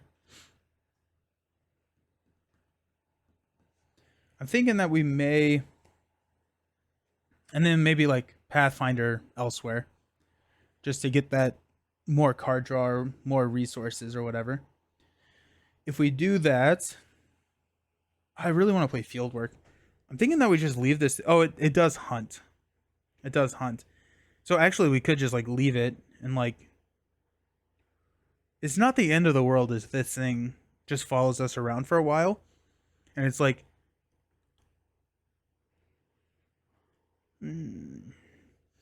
I feel like that's a dangerous thing to say. I feel like I kept saying that last time. It's like, we don't need to worry about this now, and then everything came back and killed us. uh,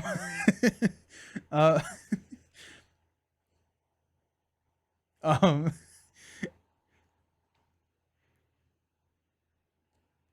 hmm.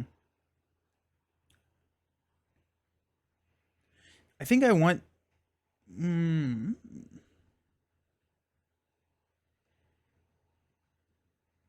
I don't want to lose cards from hollows, so...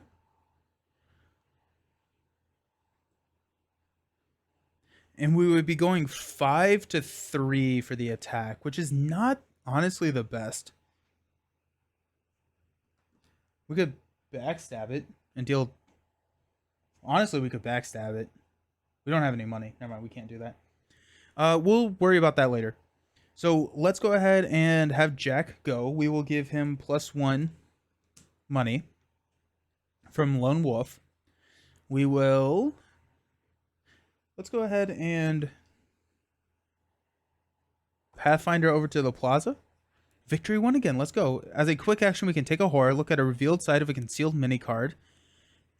Group limit once per round. And this has 2 clues on it. And a Shroud of 2. So let's just go ahead and grab this victory point. We should have come to Havana first. Getting a lot of victory points today. Yeah, we'll go ahead and investigate. So we're at 5. 5 to 2. I like those odds, but never tell me the odds.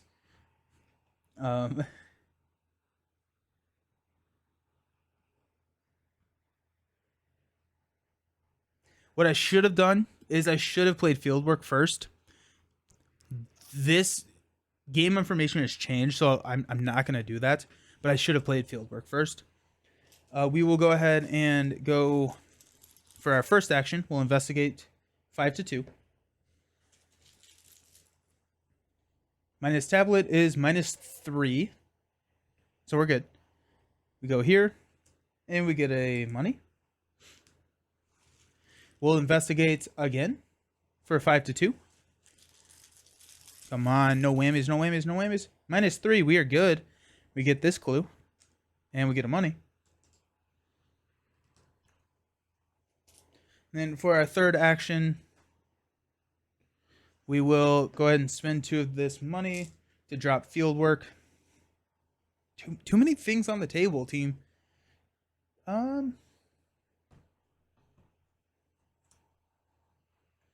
Fieldwork says after you move to a location, if that location has at least 1 clue on it, we can exhaust fieldwork. You get +2 skill value for the next skill test you perform this phase. So that's going to be our third action, and we are rocking and rolling. Okay, so Jim over here, and we got a victory point. Jim over here is going to do power word. We don't have to exhaust this thing. So we will exhaust and grab this clue. And that's enough clues to progress.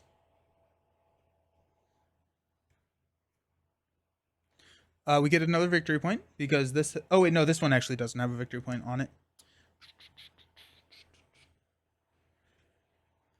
That's 1 action. We're going to spend 4 to play Miss Granny.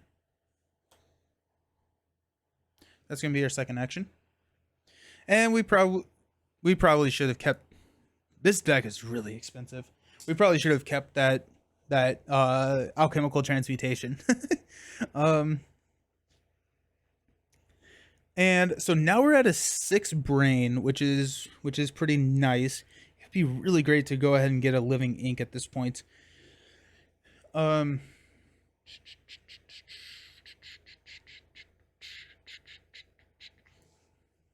We have 1 more action to go.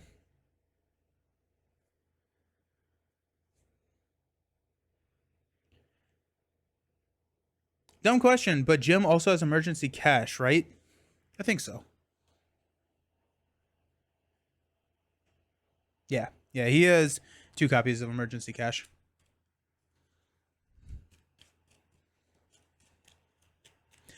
Shuffle that up.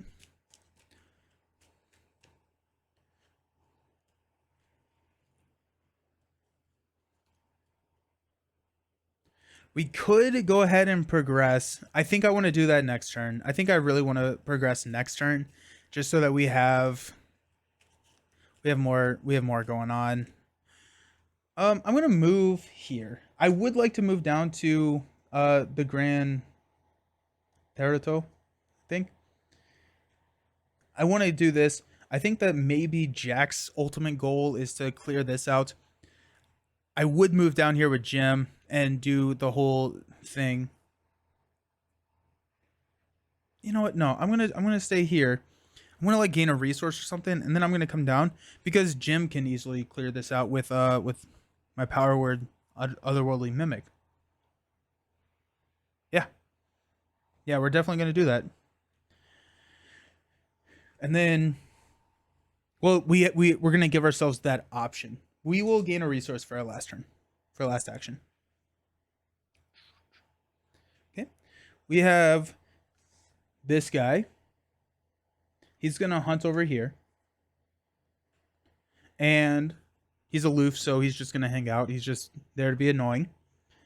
And this is exhausted. Those are our only enemies on the table. So we will go into our refresh phase where we will unexhaust. We will gain a resource. Draw a card. And do another slip away. We are at 5 cards for Jack. And then Jim's going to get a resource. And draw into a final Rhapsody. So Revelation, reveal 5 tokens from the Chaos bag. For each skull or auto fail, take 1 damage and 1 horror. Oh, there's 1. Okay, I revealed 6. I didn't see the other one, but they were both. Okay, this is honestly... Well, okay, I guess this could be horrible in the wrong situation, but like I've never had an issue, and now we're gonna have the worst issue. We're gonna have the worst luck ever with it, so that's good. Okay. For once, all those tablets in the chaos bag actually helped, right? Okay. And we are good. We are gonna place a... Dang it. I'm trying to figure out which way I can flip this. Okay, it's this way. I was trying to figure out which way I could flip it. Okay, so we're at 4. Jack's gonna draw into a knife in the dark. Put knives in the dark into your threat area. After you expose a decoy, take 2 damage. At the end of your turn, test feat 3. If you succeed, discard knives in the dark. Okay. I would much rather Jack have that, so that's good. Jim is going to have another one of these guys. Okay, we're gonna have to kill those eventually.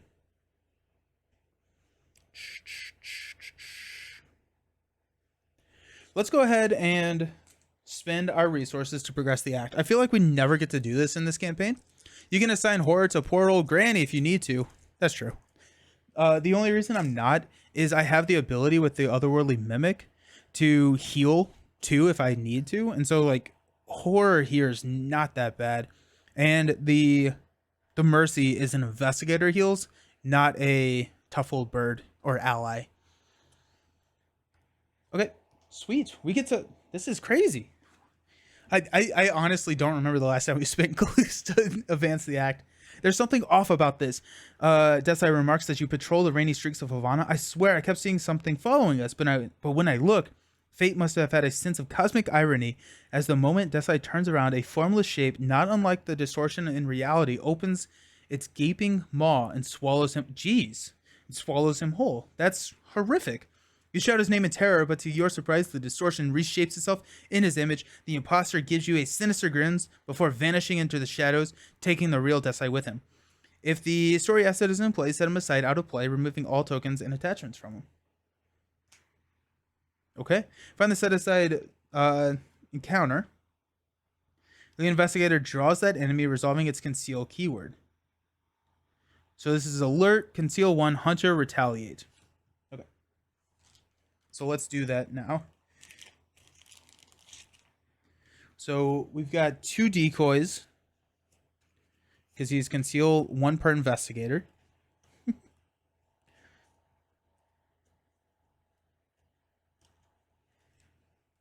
We need. There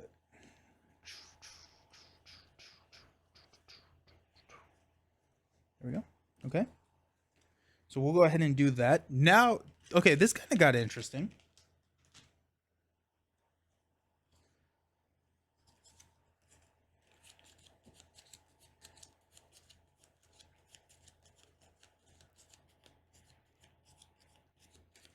One, we have to spread these out as evenly as possible. 1 at a time in player order, each other investigator chooses a different set aside coterie enemy and draws it, resolving its conceal keyword. Do we set aside coterie enemies? Oh, wait. Yeah, okay. Chooses a different coterie. Okay. So we got coterie agents, coterie assassins sound bad, coterie enforcers. The enforcers are conceal 1. After you expose an enemy in the shadows, not named coterie enforcer. If coterie enforcer is in the shadows, it attacks you.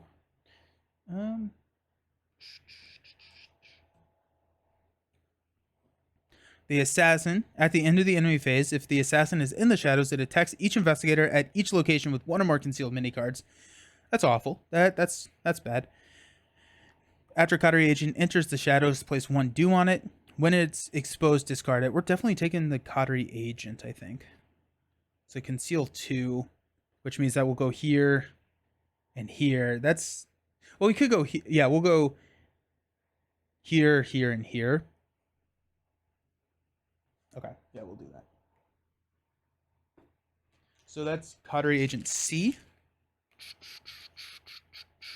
We need 2 decoys and coterie agent C. I do like this mechanic. I think that this mechanic is pretty interesting.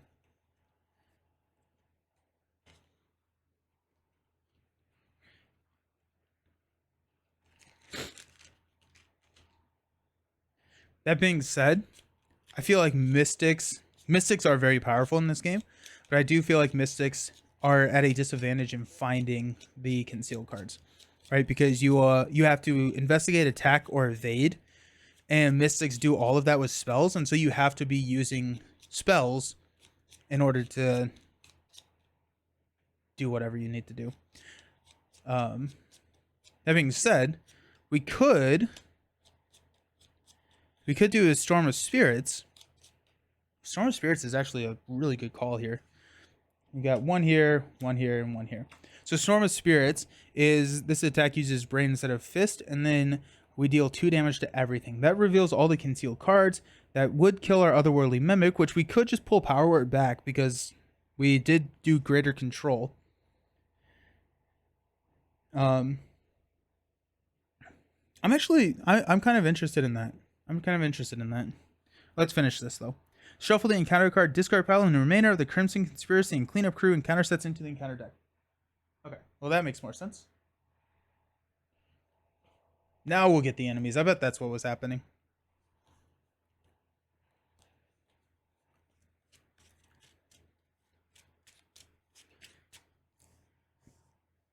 We have to figure out what to do with this Knives in the Dark. I think what we will do is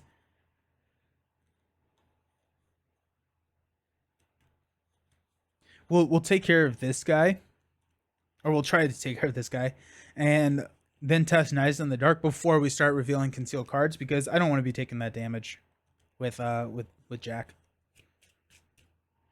Okay. Now we are in Act 2. Wait, what in the world just happened? That entity touched Desai and assumed its form. Is this what's been happening to Desai's crew? You have to find him before it's your job. When an investigator would resolve an enemy concealed X keyword, spend X clues as a group, spawn and engage with that investigator instead. That's kind of cool. Resign, we can leave Desai and his crew to their fate. There are no enemies in the shadows. Investigators may spend 2 clues to advance. Okay, cool. I probably need to hit this act now. Have fun. See you, Maddie. Hope you have a good one.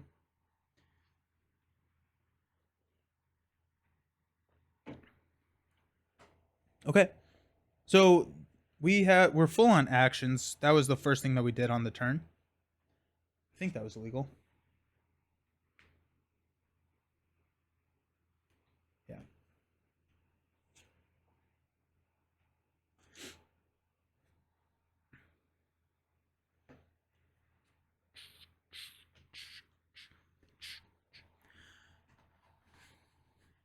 Okay.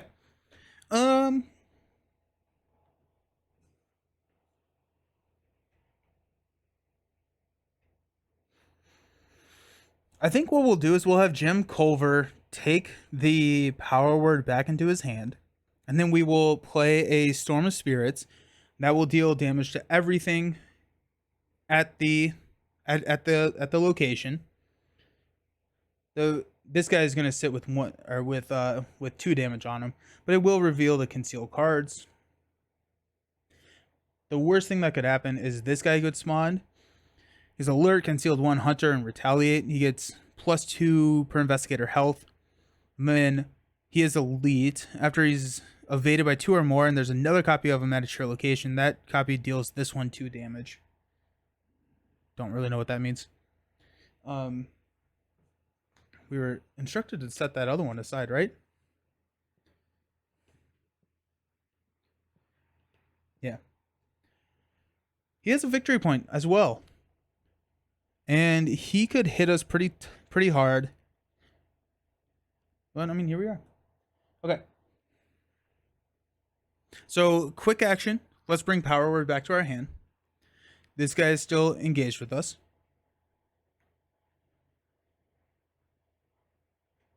On a copy of the set aside hollow. So, if we do Storm of Spirits... Yeah, I think if we do a Storm of Spirits, then we will get immediately attacked. So actually what we will do is we will do our first action to Power Word this thing. We will have it exhaust and heal. So we'll take 2. Then we'll pull it back. Then it's not ready, so we can do the Power Word. So we will spend 3 resources. We will attack just one of these conceal cards, which is a 1. So we're attacking 6 to a 1 with Storm of Spirits. Actually, this is going to be our second action. Uses brain instead of fist. If you succeed, instead of doing standard damage, deals 2 damage to each enemy at your location. So 6-1. Come on, no whammies. No whammies. Tablet is a -3, so we are good. So we deal 2 damage to everything at our location. That's going to be this Mimic. That's going to be these 2 concealed cards. So the first one is the Coterie Agent C. This was supposed to have a Doom on it, by the way. But this gets discarded. And a Decoy. And then 2 damage on the Elite. Or the Paragon. Then we've got one more action to do.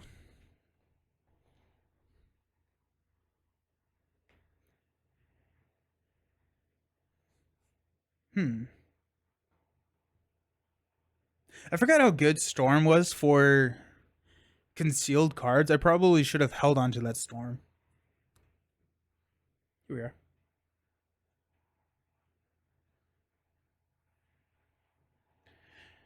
We got one action left. I'm going to hop down here. Okay. So on Jack's turn, Lone Wolf is going to trigger. We're going to get a resource. We are going to spend one action to engage. Boom. We will attack using the trusty bullwhip. So we're using feet instead of a fist.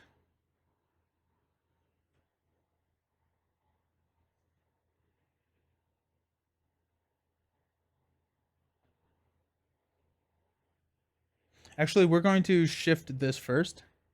Heal 1 damage from each enemy in play. Flip it to its stable side. We'll shift that because a lot of our damage comes in forms of 2. So I'm okay with leaving that with 2 health. Especially with Jim. He deals +1 damage. Okay.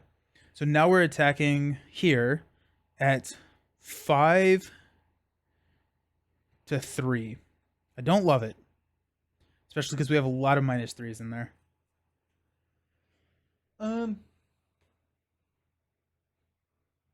We could backstab. And just hit it once.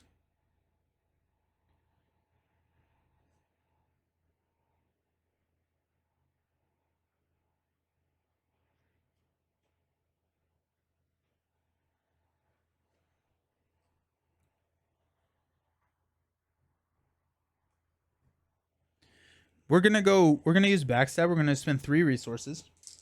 And we are at 5-3. We're gonna commit a slip away and a think on your feet to go 7-3. Mainly because I spent so many resources on that. -1. We would have been absolutely fine. That deals +2 damage. That's gonna kill this guy. That's one action. No, that's my second action because we engaged it. Okay. We need more cards now. Because we want to be able to trigger higher education.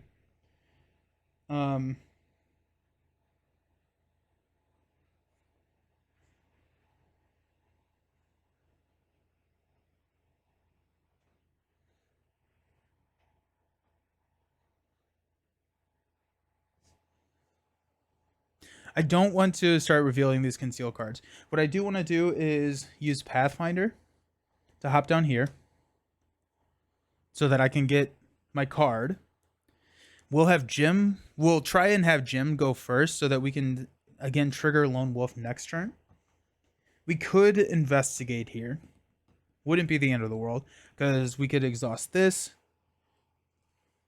We actually probably will, yeah. We're going to go 7-4. No, we're not. We're not gonna investigate. We're not gonna investigate. Because what we're gonna do is fieldwork triggers. And we'll get +2 on the next skill test that we perform, which will be Knives in the Dark. The check for Knives in the Dark. So we'll draw a card. It's gonna be another Dr. Christopher. Just getting us closer to that 5 card. At the end of the turn, I ended one away. We'll draw a card into a manual dexterity. And then we have to test Knives in the Dark. We are testing 7 to 3. Come on, no whammies. -3, so we are good. Discard Knives in the Dark. Decoys, here we come. Okay. This guy's gonna hunt down here. Gonna be hanging out with us. I really should have hung on to that Storm of Spirits, but here we are.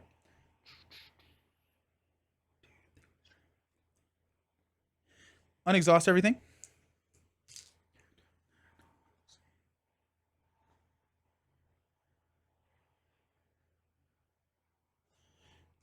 Get a resource for Jack. Draw a card into Scout Ahead. Nice. Get a resource for Jim. We need some resources, team. And we've got Shriveling. Another damage. Let's go.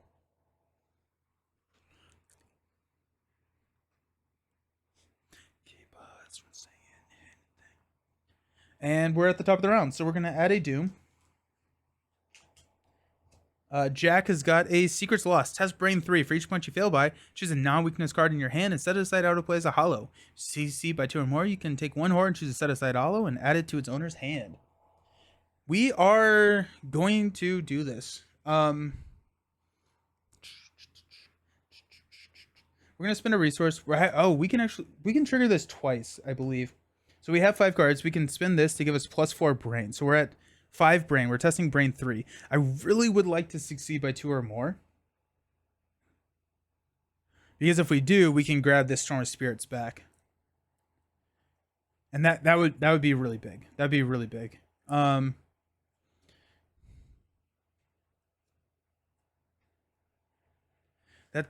probably not getting there, honestly. It's a 3. Spinning these takes us to a 5. We can commit a Ward of Protection for a 6. If it's a -1, we get there.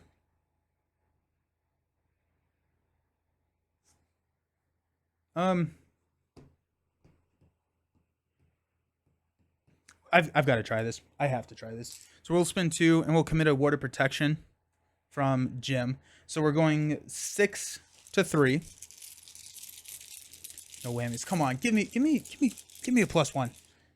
-1. Let's go. Yes. Okay, so 5 to 3. So we succeed by 2 or more. I can take 1 horror, which we will do. We'll put that on Dr. Christopher. Huzzah. And we will put Storm of Spirits back into Jim's hand. Yes. 100% love that. Big fan of that. Oh, yes. Let's go. Jim has got a Matter Inversion. Attached to an outsider enemy without a copy of Matter Inversion attached. Attached enemy gains Aloof, gains Retaliate, and gets +1 Fight and +1 Evade. After the attached enemy is successfully evaded, discard Matter Aversion and draw one of your set-aside hollows. Interesting. Okay. So this guy is here. So he's at a 4. We're at a 4 fight here as well, actually.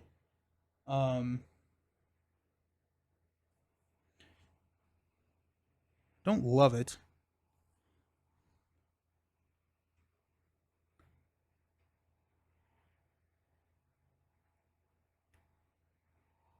Okay.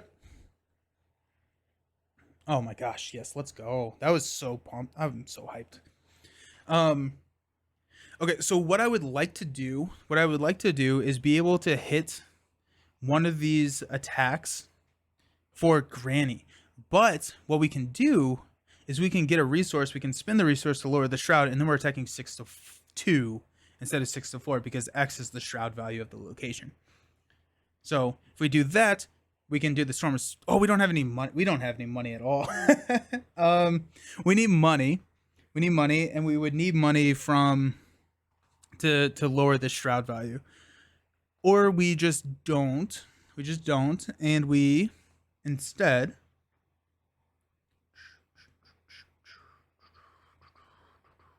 Oh, it loses Aloof, gains Retaliate.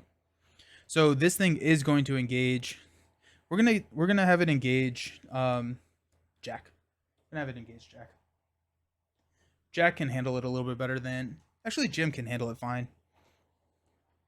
We're gonna have it engage Jim. Okay. We need to figure out how to... No, we're gonna have it engage Jack, sorry. because if we go 2 resources, we could go 2 resources and a then hit Storm of Spirits. Storm of Spirits would be attacking for 6. We're looking at 4.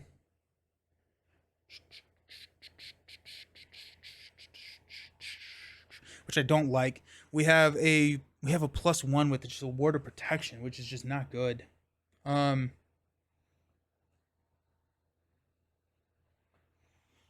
Would be +3, which succeeds on most everything, but we're losing our ward of protection. I'm not 100% sure I'm okay with that.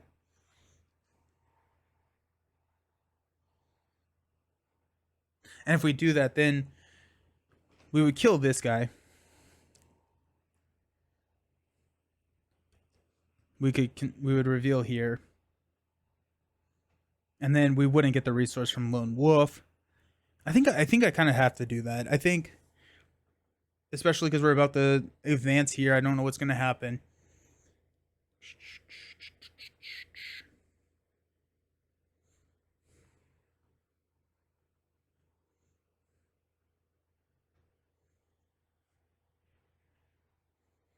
Um, this deck is so expensive. Let's do it. Let's go. First 2 actions to gain resources. And then we will spend 3 resources to play Storm of Spirits.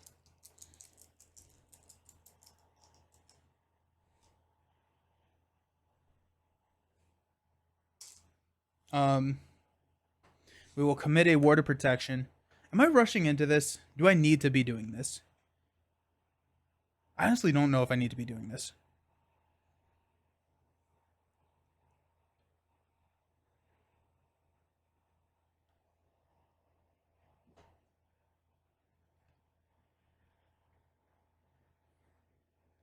If I don't do this, what is Jim doing? Probably heading up here.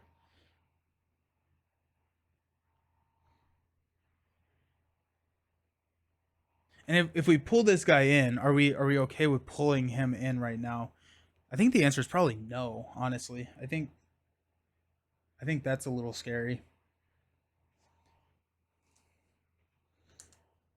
I'd rather keep my water protection. I think that's probably a better long-term play. Okay, let's rethink our entire strategy now.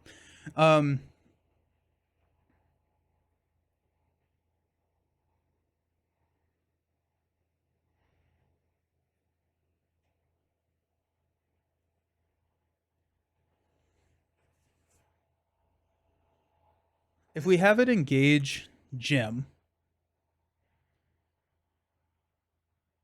it does have retaliate. Can an exhausted enemy retaliate? I actually don't know the answer to that question. No,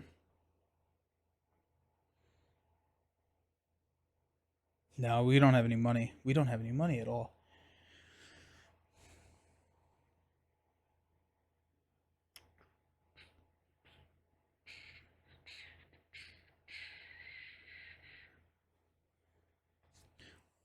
Let's have Jim hop up here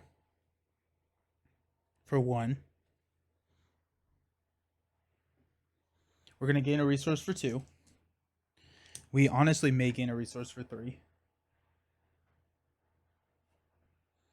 Actually, we may shrivel and try and I don't want to bring this guy in cuz then he hits me really really hard and I don't like that. But we would have him and we would discard all the other concealed cards. It's a 25% chance we hit him, right? Because he spawned here. So, yeah, 25-ish% chance we hit him. He hits us for 2. We could have Jack come up here and then heal if we needed to. Okay, let's do that. Let's go shriveling. We are going to attack using brain, so we're going 6-2, and we're going for the conceal card. We've got a -2. We're good. The conceal card is a decoy. Cool.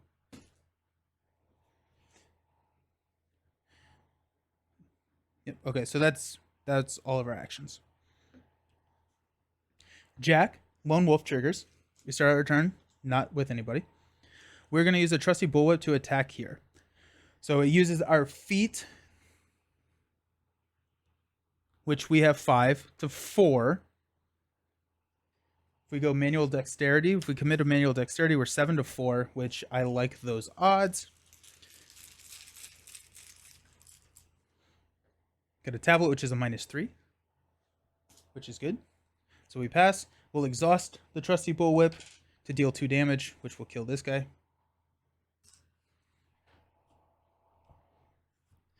Manual dexterity draws us into a backstab.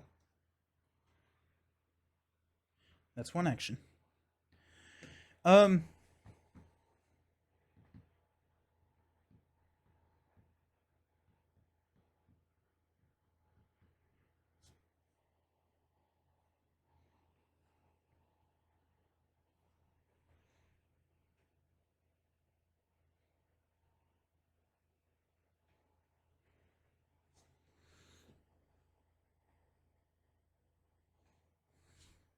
Okay, so what I'm thinking about now, I'm trying to figure out what I want to do with my last 2 actions. I could sit here and investigate to get these clues.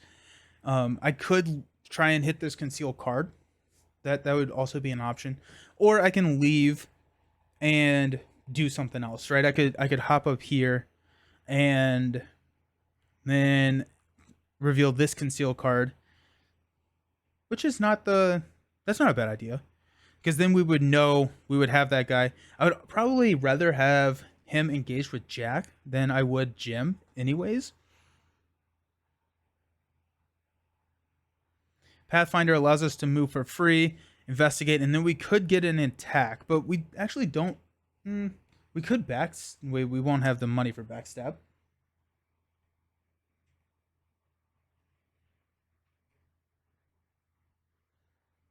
But that does allow us to get the money because we'd be 1 away, and then we could come down here and we could get these clues eventually. We need to get this guy away. We need the clues anyways, so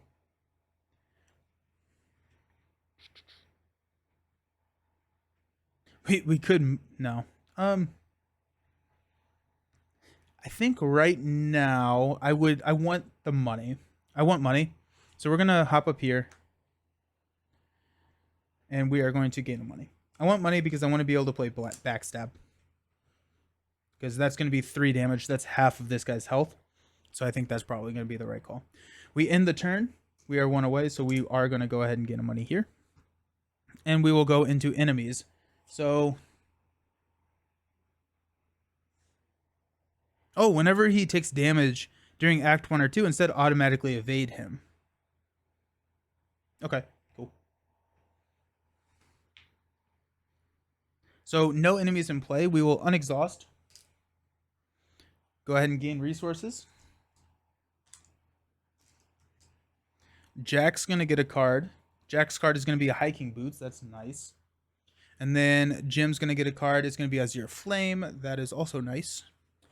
And we are going on. We are going to place the 6th, which will have us progress. A flash of lightning draws your attention to the sky, or is it even lightning at all? Clouds and distorted space roll through the gloom of the night, a shimmer, a blur, a blemish, and then one of the rolling clouds simply vanishes. Perhaps it's something just in your imagination, but something feels strange. Is it possible that the creatures you spotted in London could devour even the sky itself? That's terrifying. The lead investigator must decide to search the encounter deck and discard battle for an enemy with the conceal keyword and draw it, or reveal the top card of each investigator's deck. Each investigator draws each weakness they reveal and set the other side out of play as a hollow.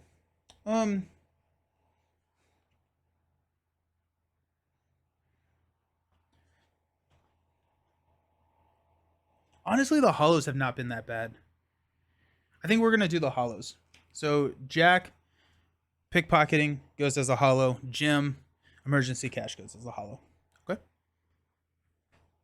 And once we have 8 hollows, then something bad happens. Okay. Jack's, the Coterie Assassin. That's concealed 1. This is actually, yeah, this is a little unfortunate because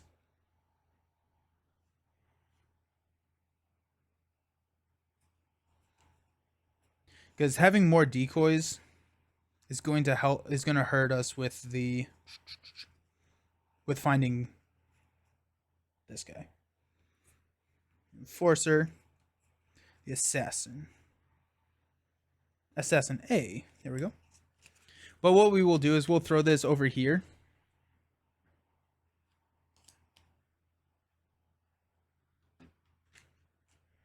So we'll shuffle these up. We'll throw this over here, and then the concealed card we can hit with a... Actually, you know what? Storm of Spirits is a dangerous game to be playing, because if we hit that and both of those engage us, that could be bad. That could actually be really bad. I'm thinking about it. Okay, so we got 1 and 1. Jim's card is going to be the Knives in the Dark. So after you expose a decoy, take 2 damage. Okay, so we will not be having Jim expose decoys. Or really any cards. What do we want Jim to be doing then? His test feat 3 or feat 3. That's really tough. That's really, really tough. If we have him hang out with Jack, then we can have the scout ahead. We can commit scout ahead, which is a +2, which gives him a 4 feet to 3, which is not good. Just not good at all. We could ward of protection this thing. We're gonna ward of protection. Play when you draw a non-weakness treachery card. Cancel that card's revelation effect, then take 1 horror. Yeah, that's a good use of that. Okay. Now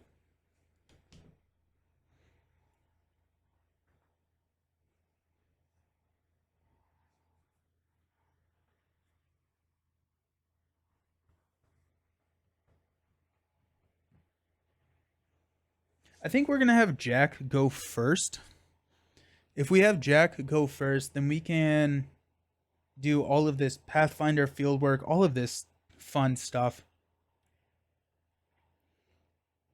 And we can shift the last blossom. It's going to be an effective 3 heal, which is I think a good time to be doing that.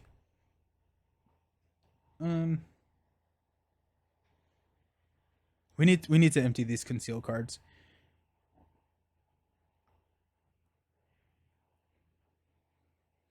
At the end of the day, we could have Jim just come and clean up all of this. I think we go after these conceal cards. I think we go after these conceal cards here. So let's have Jim. Let's have Jim go first, just so we can trigger the lone wolf, and we can move down with Jim, and then we can move down with Jack, and then trigger this after. So Jim will go first. We will shrivel for our first action. We're going 6 to 2. We're attacking this conceal card. Conceal 6 to 2 +1. Let's go. Conceal card is a Coterie Assassin. All right. So the assassin comes in. We've got at the end of the shadow phase, at the end of the enemy phase, if it's in the shadows, it attacks each investigator at each location with 1 or more concealed mini cards.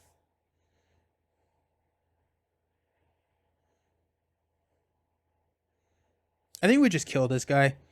I don't think we mess around with it. We just shrivel this guy. The other option would be to try and figure out how to get a power word onto him. Or I guess her, I'm sorry. But I mean, it's really not that big of a deal. Let's just shrivel here. We'll go 6 to 2. Dealing +1 damage. We've got a -3, so we are good. Coterie Assassin hits the hay, and then Jim's going to hop down here for our last action. Okay. Jack's turn. Lone Wolf triggers. Got 1. We will go ahead and just trusty bullwhip this last... Oh, actually, first. We're going to spin 2. Boom. For hiking boots. So now we're going to whip this thing. So we got a 6 to 2. And we've got a -2. We're good. Oh, it is Alcatraz. Okay. Interesting. So these conceal cards get discarded, because there's nobody in the shadows. He engages us. That's our second action. Alert, concealed one, hunter, retaliate. Gets +2 health. When he would take damage during Act 1 or 2, automatically evade him. Then after he is evaded by 2 or more, and there's another copy of him at your location, that copy deals this one 2 damage. So, but now we need to be focusing on getting these clues because there's nobody in the shadows. And we can't spend clues unless we have cleared out the shadows. So I think we're going to evade him. There's no reason to not evade him rather than attack. So let's go ahead and... He is an elite. So let's go ahead and evade. We're at 6-3. I'm happy with that. I'm happy with 6-3. This is going to be our last action. We've got a skull, which is -0 because we have no one in the shadows. So he is successfully evaded. We don't have another copy. We will use Pathfinder to hop down here. We will trigger this to heal, and heal. Nice. 7, 7, 8, 6. So we're pretty much close to full health everywhere. And now our job is to get these clues. Sweet. End of Jack's turn. We're going to get a resource because we're 1 away. And we will go into enemy phase. No enemies. We will go to unexhaust. We will go to money. We will draw a card. Jack gets another hiking boots. We can toss that. Jim gets a guts. Nice. Okay, guts is really good for us right now. Sweet. Sweet. Let's go. Let's go. We're going to... Oh, wait. What is this?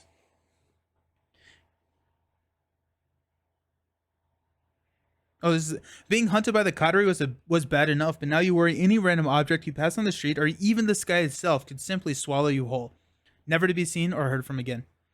If there are 4 more set aside 4 more per investigator set aside hollows, choose and remove 2 of them from the game and place 1 doom on the agenda. And we move at 6. Okay. So we'll place 1 doom. Jack has got a undercover. There are no enemies in the shadows. Undercover gains surge. Will the agenda cards fit in that stand with sleeves on them? Yeah, they will. They will. This is a sleeve card. So, yeah. 2 of them fit. So this gains surge. This is going to surge into memory variant. Put memory variant into play next to the agenda deck. After an event is played, instead of discarding it, set it aside out of play as a hollow. As an action, we can test Brain 4. If you succeed, discard memory variant. Any investigator may trigger this ability. Okay. And then we've got Jim. He's got undercover, which we will surge into swift retreat. There are no coterie enemies in play. Nope, just kidding. Gain surge. Otherwise, find the nearest coterie enemy and test feat 3. If you fail, that enemy attacks you. If you fail and that enemy is not in the shadows, resolve its concealed keyword if able. Oh, that's horrendous. Oh, gross. I wish I had my ward of protection now. We're testing feat 3. We have 2. I can commit +2 over here, and we got 0, so we can go 5. Give me those red and black doom tokens. Yeah, they're pretty sweet. I like them a lot. We will go ahead and test or commit a scout ahead. So we're going to be testing a 4-3. Just hoping for the best here, I guess. We've got a -1. Let's go. Yes, yes, yes. Oh my gosh. That's so satisfying. Yes. Okay. We need our actions back. Whew. That was so intense. Okay. So we probably want Jim to go first.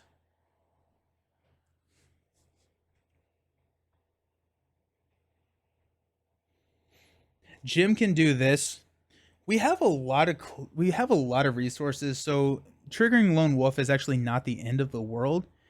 So we may have Jack go first and grab these clues.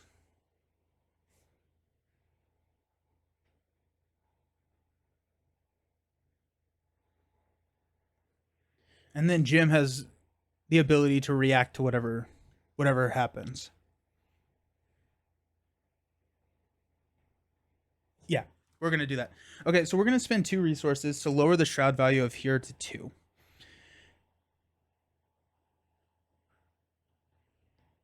Okay. That's a quick action that does not take anything. We will investigate with our 5 to 2, and I am happy with those odds. -4. I am not happy with those odds. Okay, that's not good. That is that's what we call bad. Oh, actually no, I'm just kidding. We have 2 actions left. So we should be fine. We're going to go 5 to 2 again. 0, we're good. We get one of these clues. We get a money. We'll go 5 to 2 again. Come on.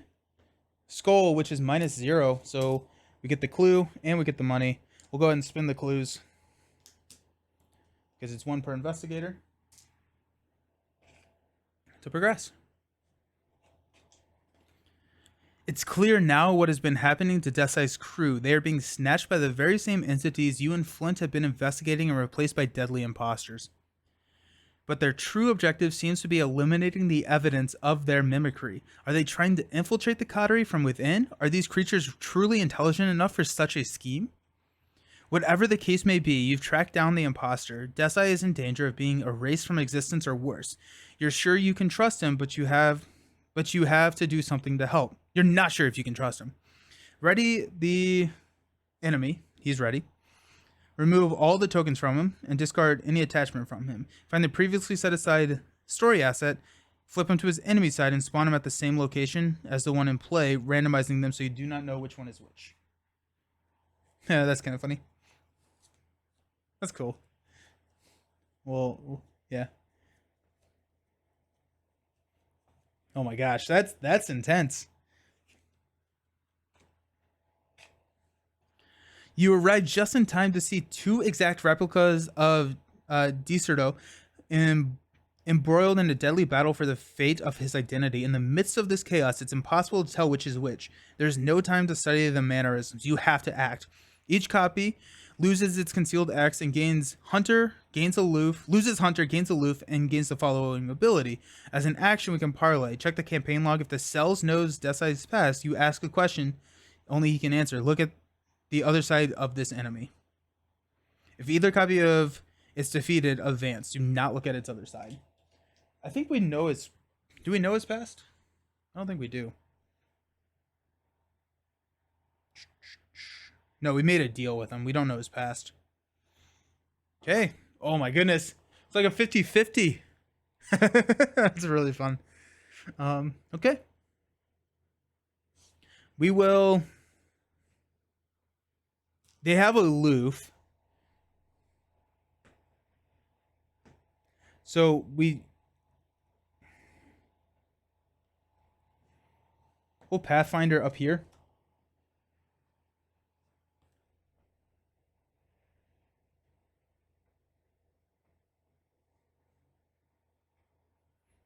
And we will gain a resource. 1, 2, 3, 4, 5. Go to 6. 3, 4, 5, 6.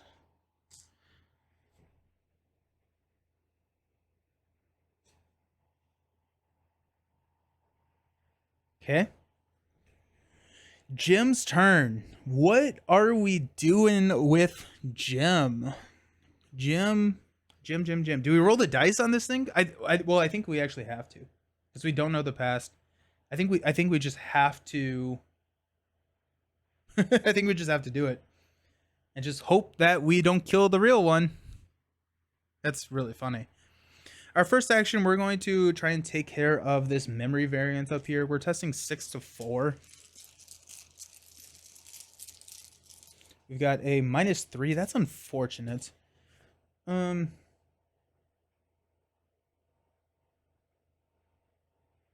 this is so funny. This is so funny.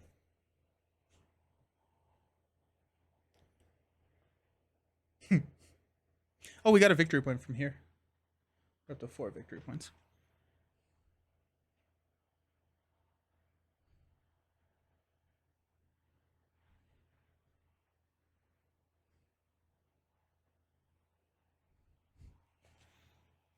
I think we're gonna test. I think we're gonna test it again.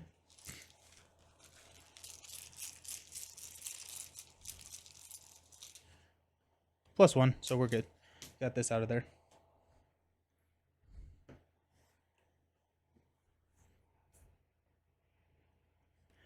There's really not any reason to not hop up here. Actually, it may be worth it. The reason that it may be worth it is if we hop up here and we get engaged with an enemy, we do have a Storm of Spirits, so we can deal the damage to whatever we need.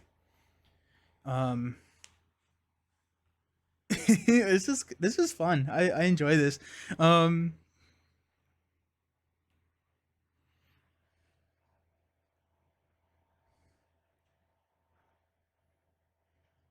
I actually may just draw a card. I know that's super taboo and we shouldn't do that, but I really want a Living Ink. We're gonna draw a card into a power word. Okay, that's fine. So that's my third action. We can move next turn. Yeah, game state has changed. Okay, so nothing doing anything. These are aloof. They lose Hunter.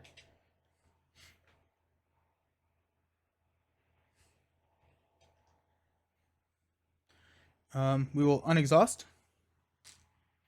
I think we're just gonna roll the dice here.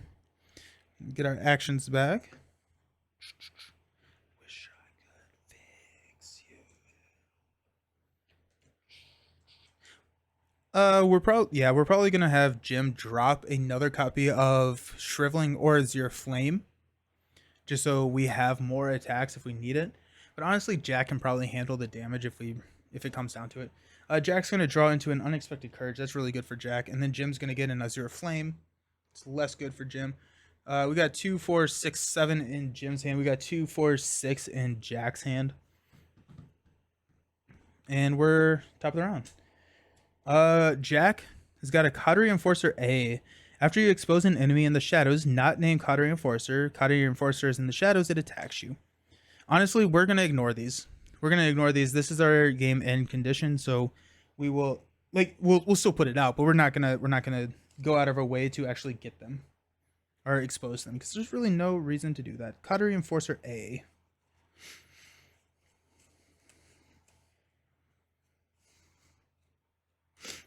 Nope, that's Agent.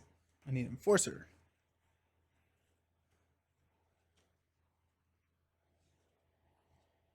I just... Oh, okay. Yeah, there we go. So we will... We're sitting at 4 experience. I'm feeling pretty good. Especially because we got 1, 2, 3, 4 from the story. And then whatever we kill here is another one. An option would be to come over here and let Jim handle this and try and hit these clues with Jack. That could be an option.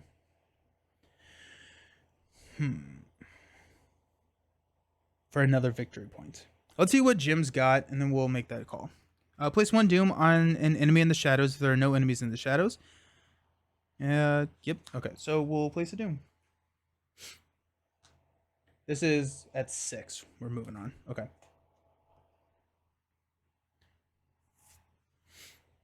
So Jim, these have 4 health. And then if we successfully evade, they deal 2 damage. So it really makes a lot of sense for Jack to be the one taking one of these out. That being said, we very much could have Jim try and take one of these out.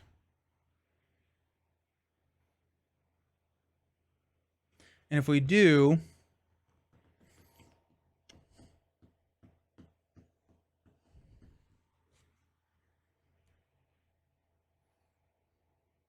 we would move. We would probably do Storm of Spirits. We would engage Storm Spirits. No, we probably wouldn't do that. We could play an asset. Should be like probably another copy of Shriveling.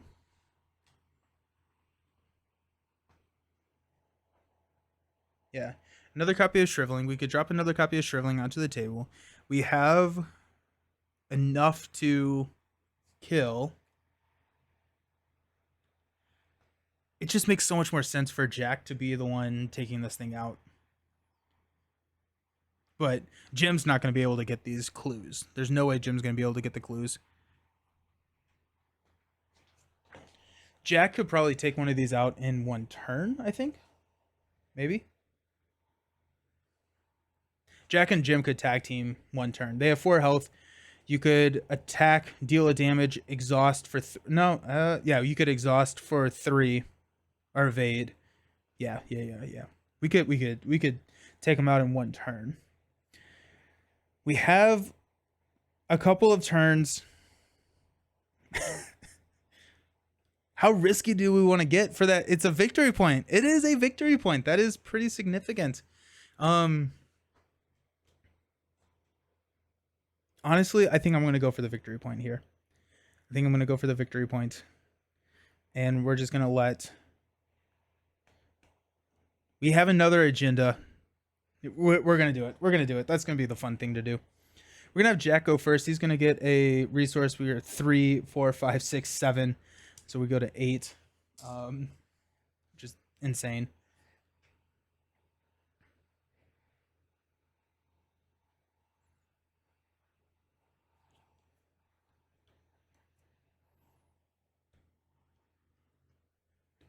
After you expose a decoy, look at it.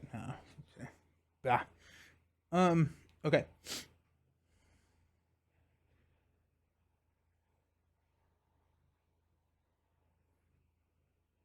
One action.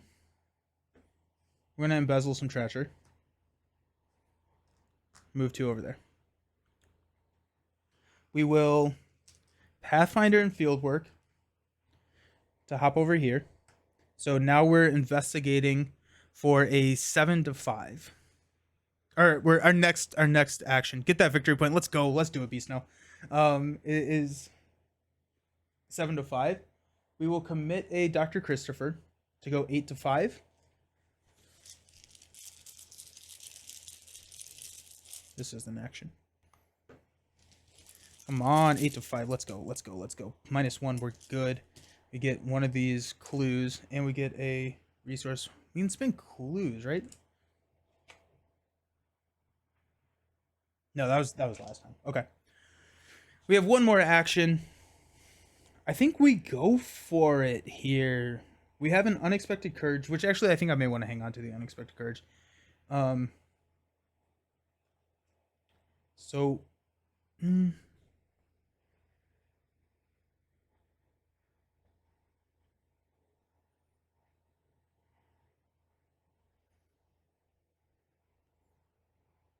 We have higher education. Let's go. No, we don't. We only have 4 cards in our hand. Of course. I did that backwards. I should have done higher education before I committed Christopher, because now we only have 4 cards in our hand, so we can't trigger higher education. Timing. Anyways, that's so funny. That is hilarious. Okay.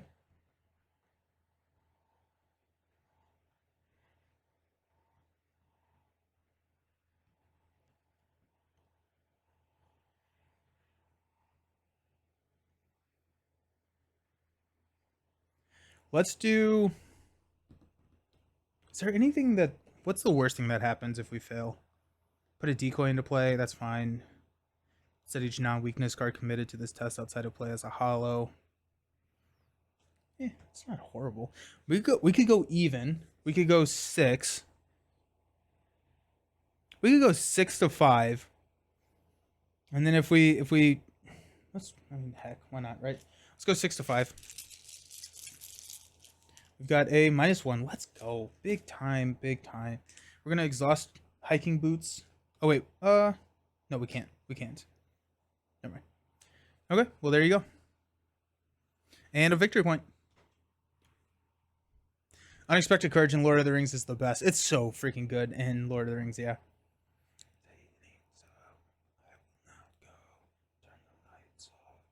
We'll draw a card. Nimble. Mainly, I want to hit that threshold of 5 cards so I can use my higher education. Okay. Now it's Jim's turn. What is Jim doing? Jim is, I guess, could come over here and do something. So let's drop 3 for another copy of Shriveling. That's going to come in with 4 charges. That's going to be our first action. It's good in Arkham as well, not so good in Champions. Unexpected Courage in Champions. What does Unexpected Courage in Champions do? I am drawing a blank. All of these cards are mixed up in my head right now.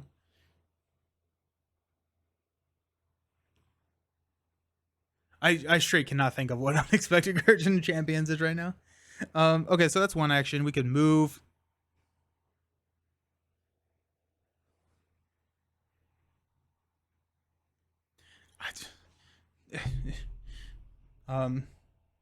We'll draw a card to Granny, and we will move for our last action here. Okay. No enemies because they're aloof. They're doing whatever, right? Yep, they're all aloof. So no enemies that do anything. This guy actually may do something after you expose an enemy in the shadows not named. Okay, we're good. Maybe there isn't one. Isn't there a similar one? Who knows what I'm thinking of? I have no idea, man. Okay. So we'll go into a refresh phase. So we'll unexhaust everything.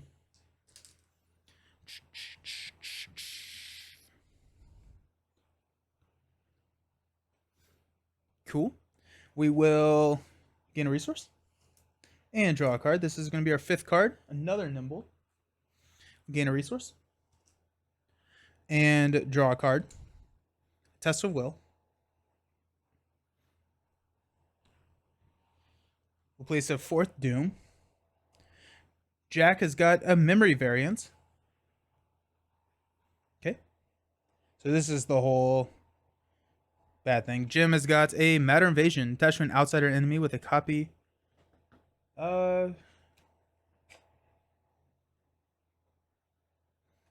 This is going to surge.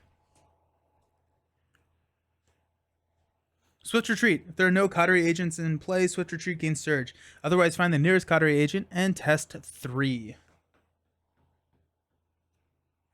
If you fail, that enemy attacks you. If you fail and that enemy is not in the shadows, resolve its concealed keyword. Okay, so we're going...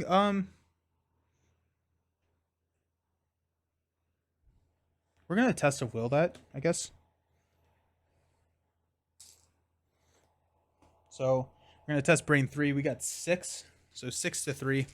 Oh, wait. That's an event. So we set it aside out of play as a hollow. I think I'm okay with the attack. So we'll just go 2 to 3. And we've got a -2. So we fail. This thing will attack us. It'll take 2 damage. And 1 mental. We'll throw the mental on the Rosary. Actually, we'll throw it on Granny. Because we got another Granny. Okay. Alrighty, I'm feeling pretty good here. Okay.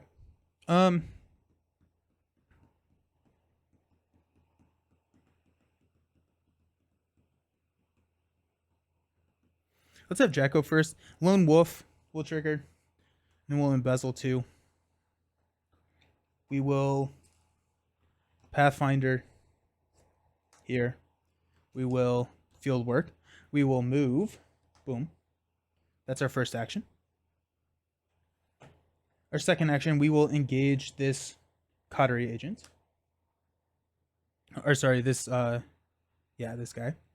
And then we will attack with our third action with our trusty bullwhip. This uses feet instead of fist. I've got no clue what I'm thinking of. I thought there was a card in Lord of the Rings and Champions that were the same name. It was good in Lord of the Rings, but not very good in Champions. Nice.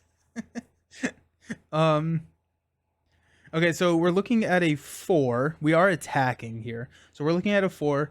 We have a 5, 6, 7, 8.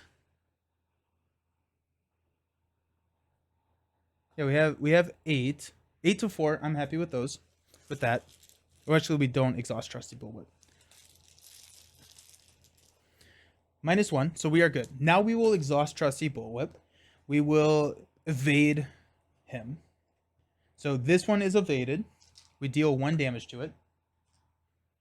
And then these are the same, I guess. This says after he's evaded by 2 or more, there's another copy. Oh, I didn't. No, I don't think I did that right. So we'll just deal the 2 damage instead. Oh well, cool. Because I didn't evade him by X. That's fine. That's fine. Okay. Now, okay, so he's still engaged with me. Now it's Jim's turn. We could engage Shrivel and go home. We will do that. Let's engage for 1 action. Boom. We will use Shriveling to attack. We are going to be attacking at Brain, which is 6 to 4. We will commit Guts to go 8 to 4. Never tell me the odds, but I like those. 8 to 4. Come on. I haven't had a Brain. Give me a Brain. -2. We are good. So that's going to deal +2 damage. Or +1 damage. I'm sorry. 2 total damage. And I get to draw a card, which is a power word. We have so many power words in our hand. Hilarious. And then we will attack 1 more time for our last action with this Shriveling. We're going 6, 7, 8. No, we're going to keep a Test of Will. 7. Storm of Spirits is 8 to 4. Come on. Come on. +1. There we go. If either copy of this enemy is defeated, we advance. Hopefully we picked the right one. Your intention or your intervention that gives you Decide you support is real enough just in time to gain the advantage. While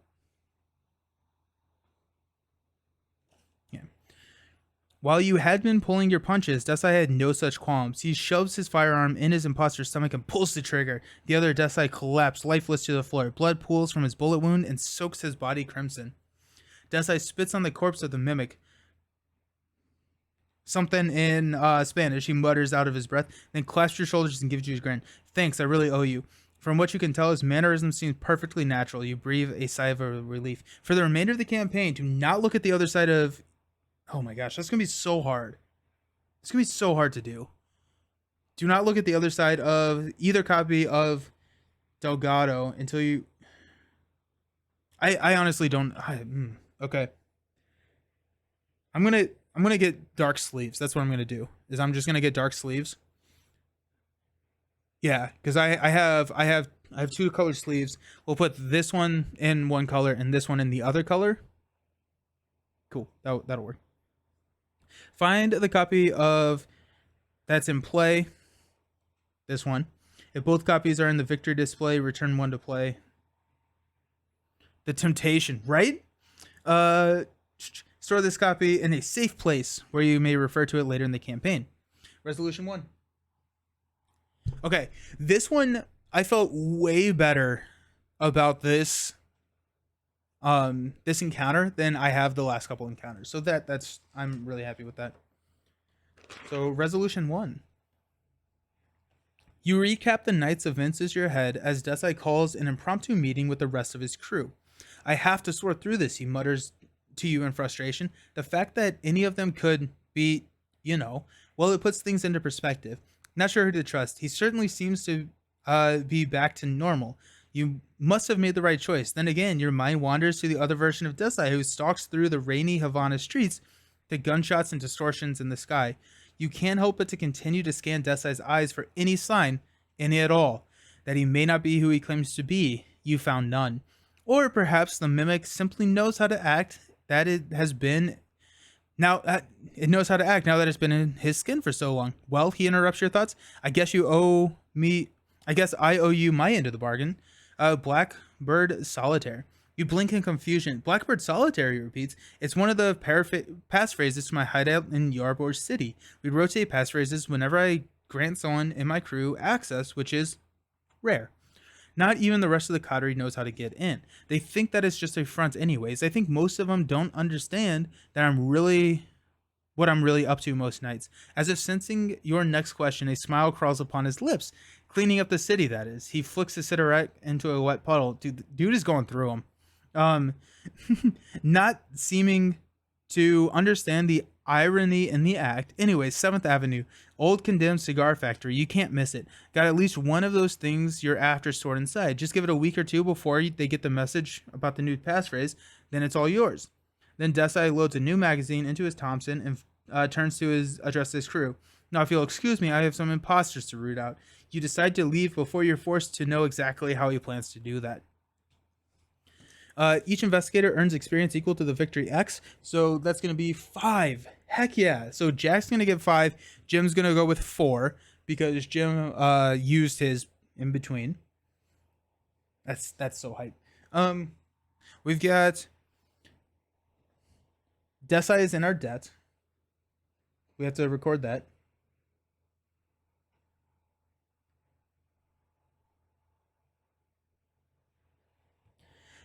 We know the passphrase.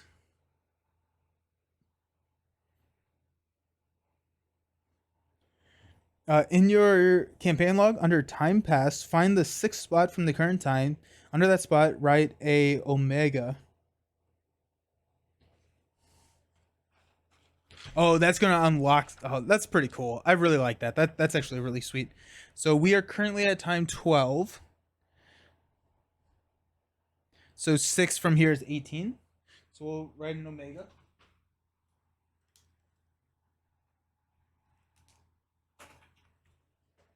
Oh, that's really cool. Remember not to look at the other side when you clean up. Mark 2 time in your campaign log. 1, 2, and we may embark. Nope, that's victory points. So we're at 14 time, and we can embark. That was a fun one. I enjoyed that much more than the last couple. We have a lot of experience to be spending right now. We got 5. I think what we're gonna be doing over here in Jack, we're at least gonna buy him a one of those fancy fingerprint kits. Jack actually has 6 experience that he can be spending. We have embezzled treasure over here as well. So Jim's gonna start with +2 money, which is probably not enough, but we'll give Jack the get him at least one of those fingerprint kits, and then probably roll that 2 over just so that we can next turn, our next game, if we get 2 experience, we can then get the second copy of that fingerprint kit. Over here on Jim, I think Power Word is probably tapped out. So that means we can upgrade Living Ink. We'll probably go with the depiction so that we get, after we reveal a chaos token with a symbol on it, which we are doing so much because we have added so many so many symbols into this bag. Then we get to place a charge on Living Ink. We never saw Living Ink, which is, we were about to draw into 2 of them, so we were close, but it would be nice to have that. And then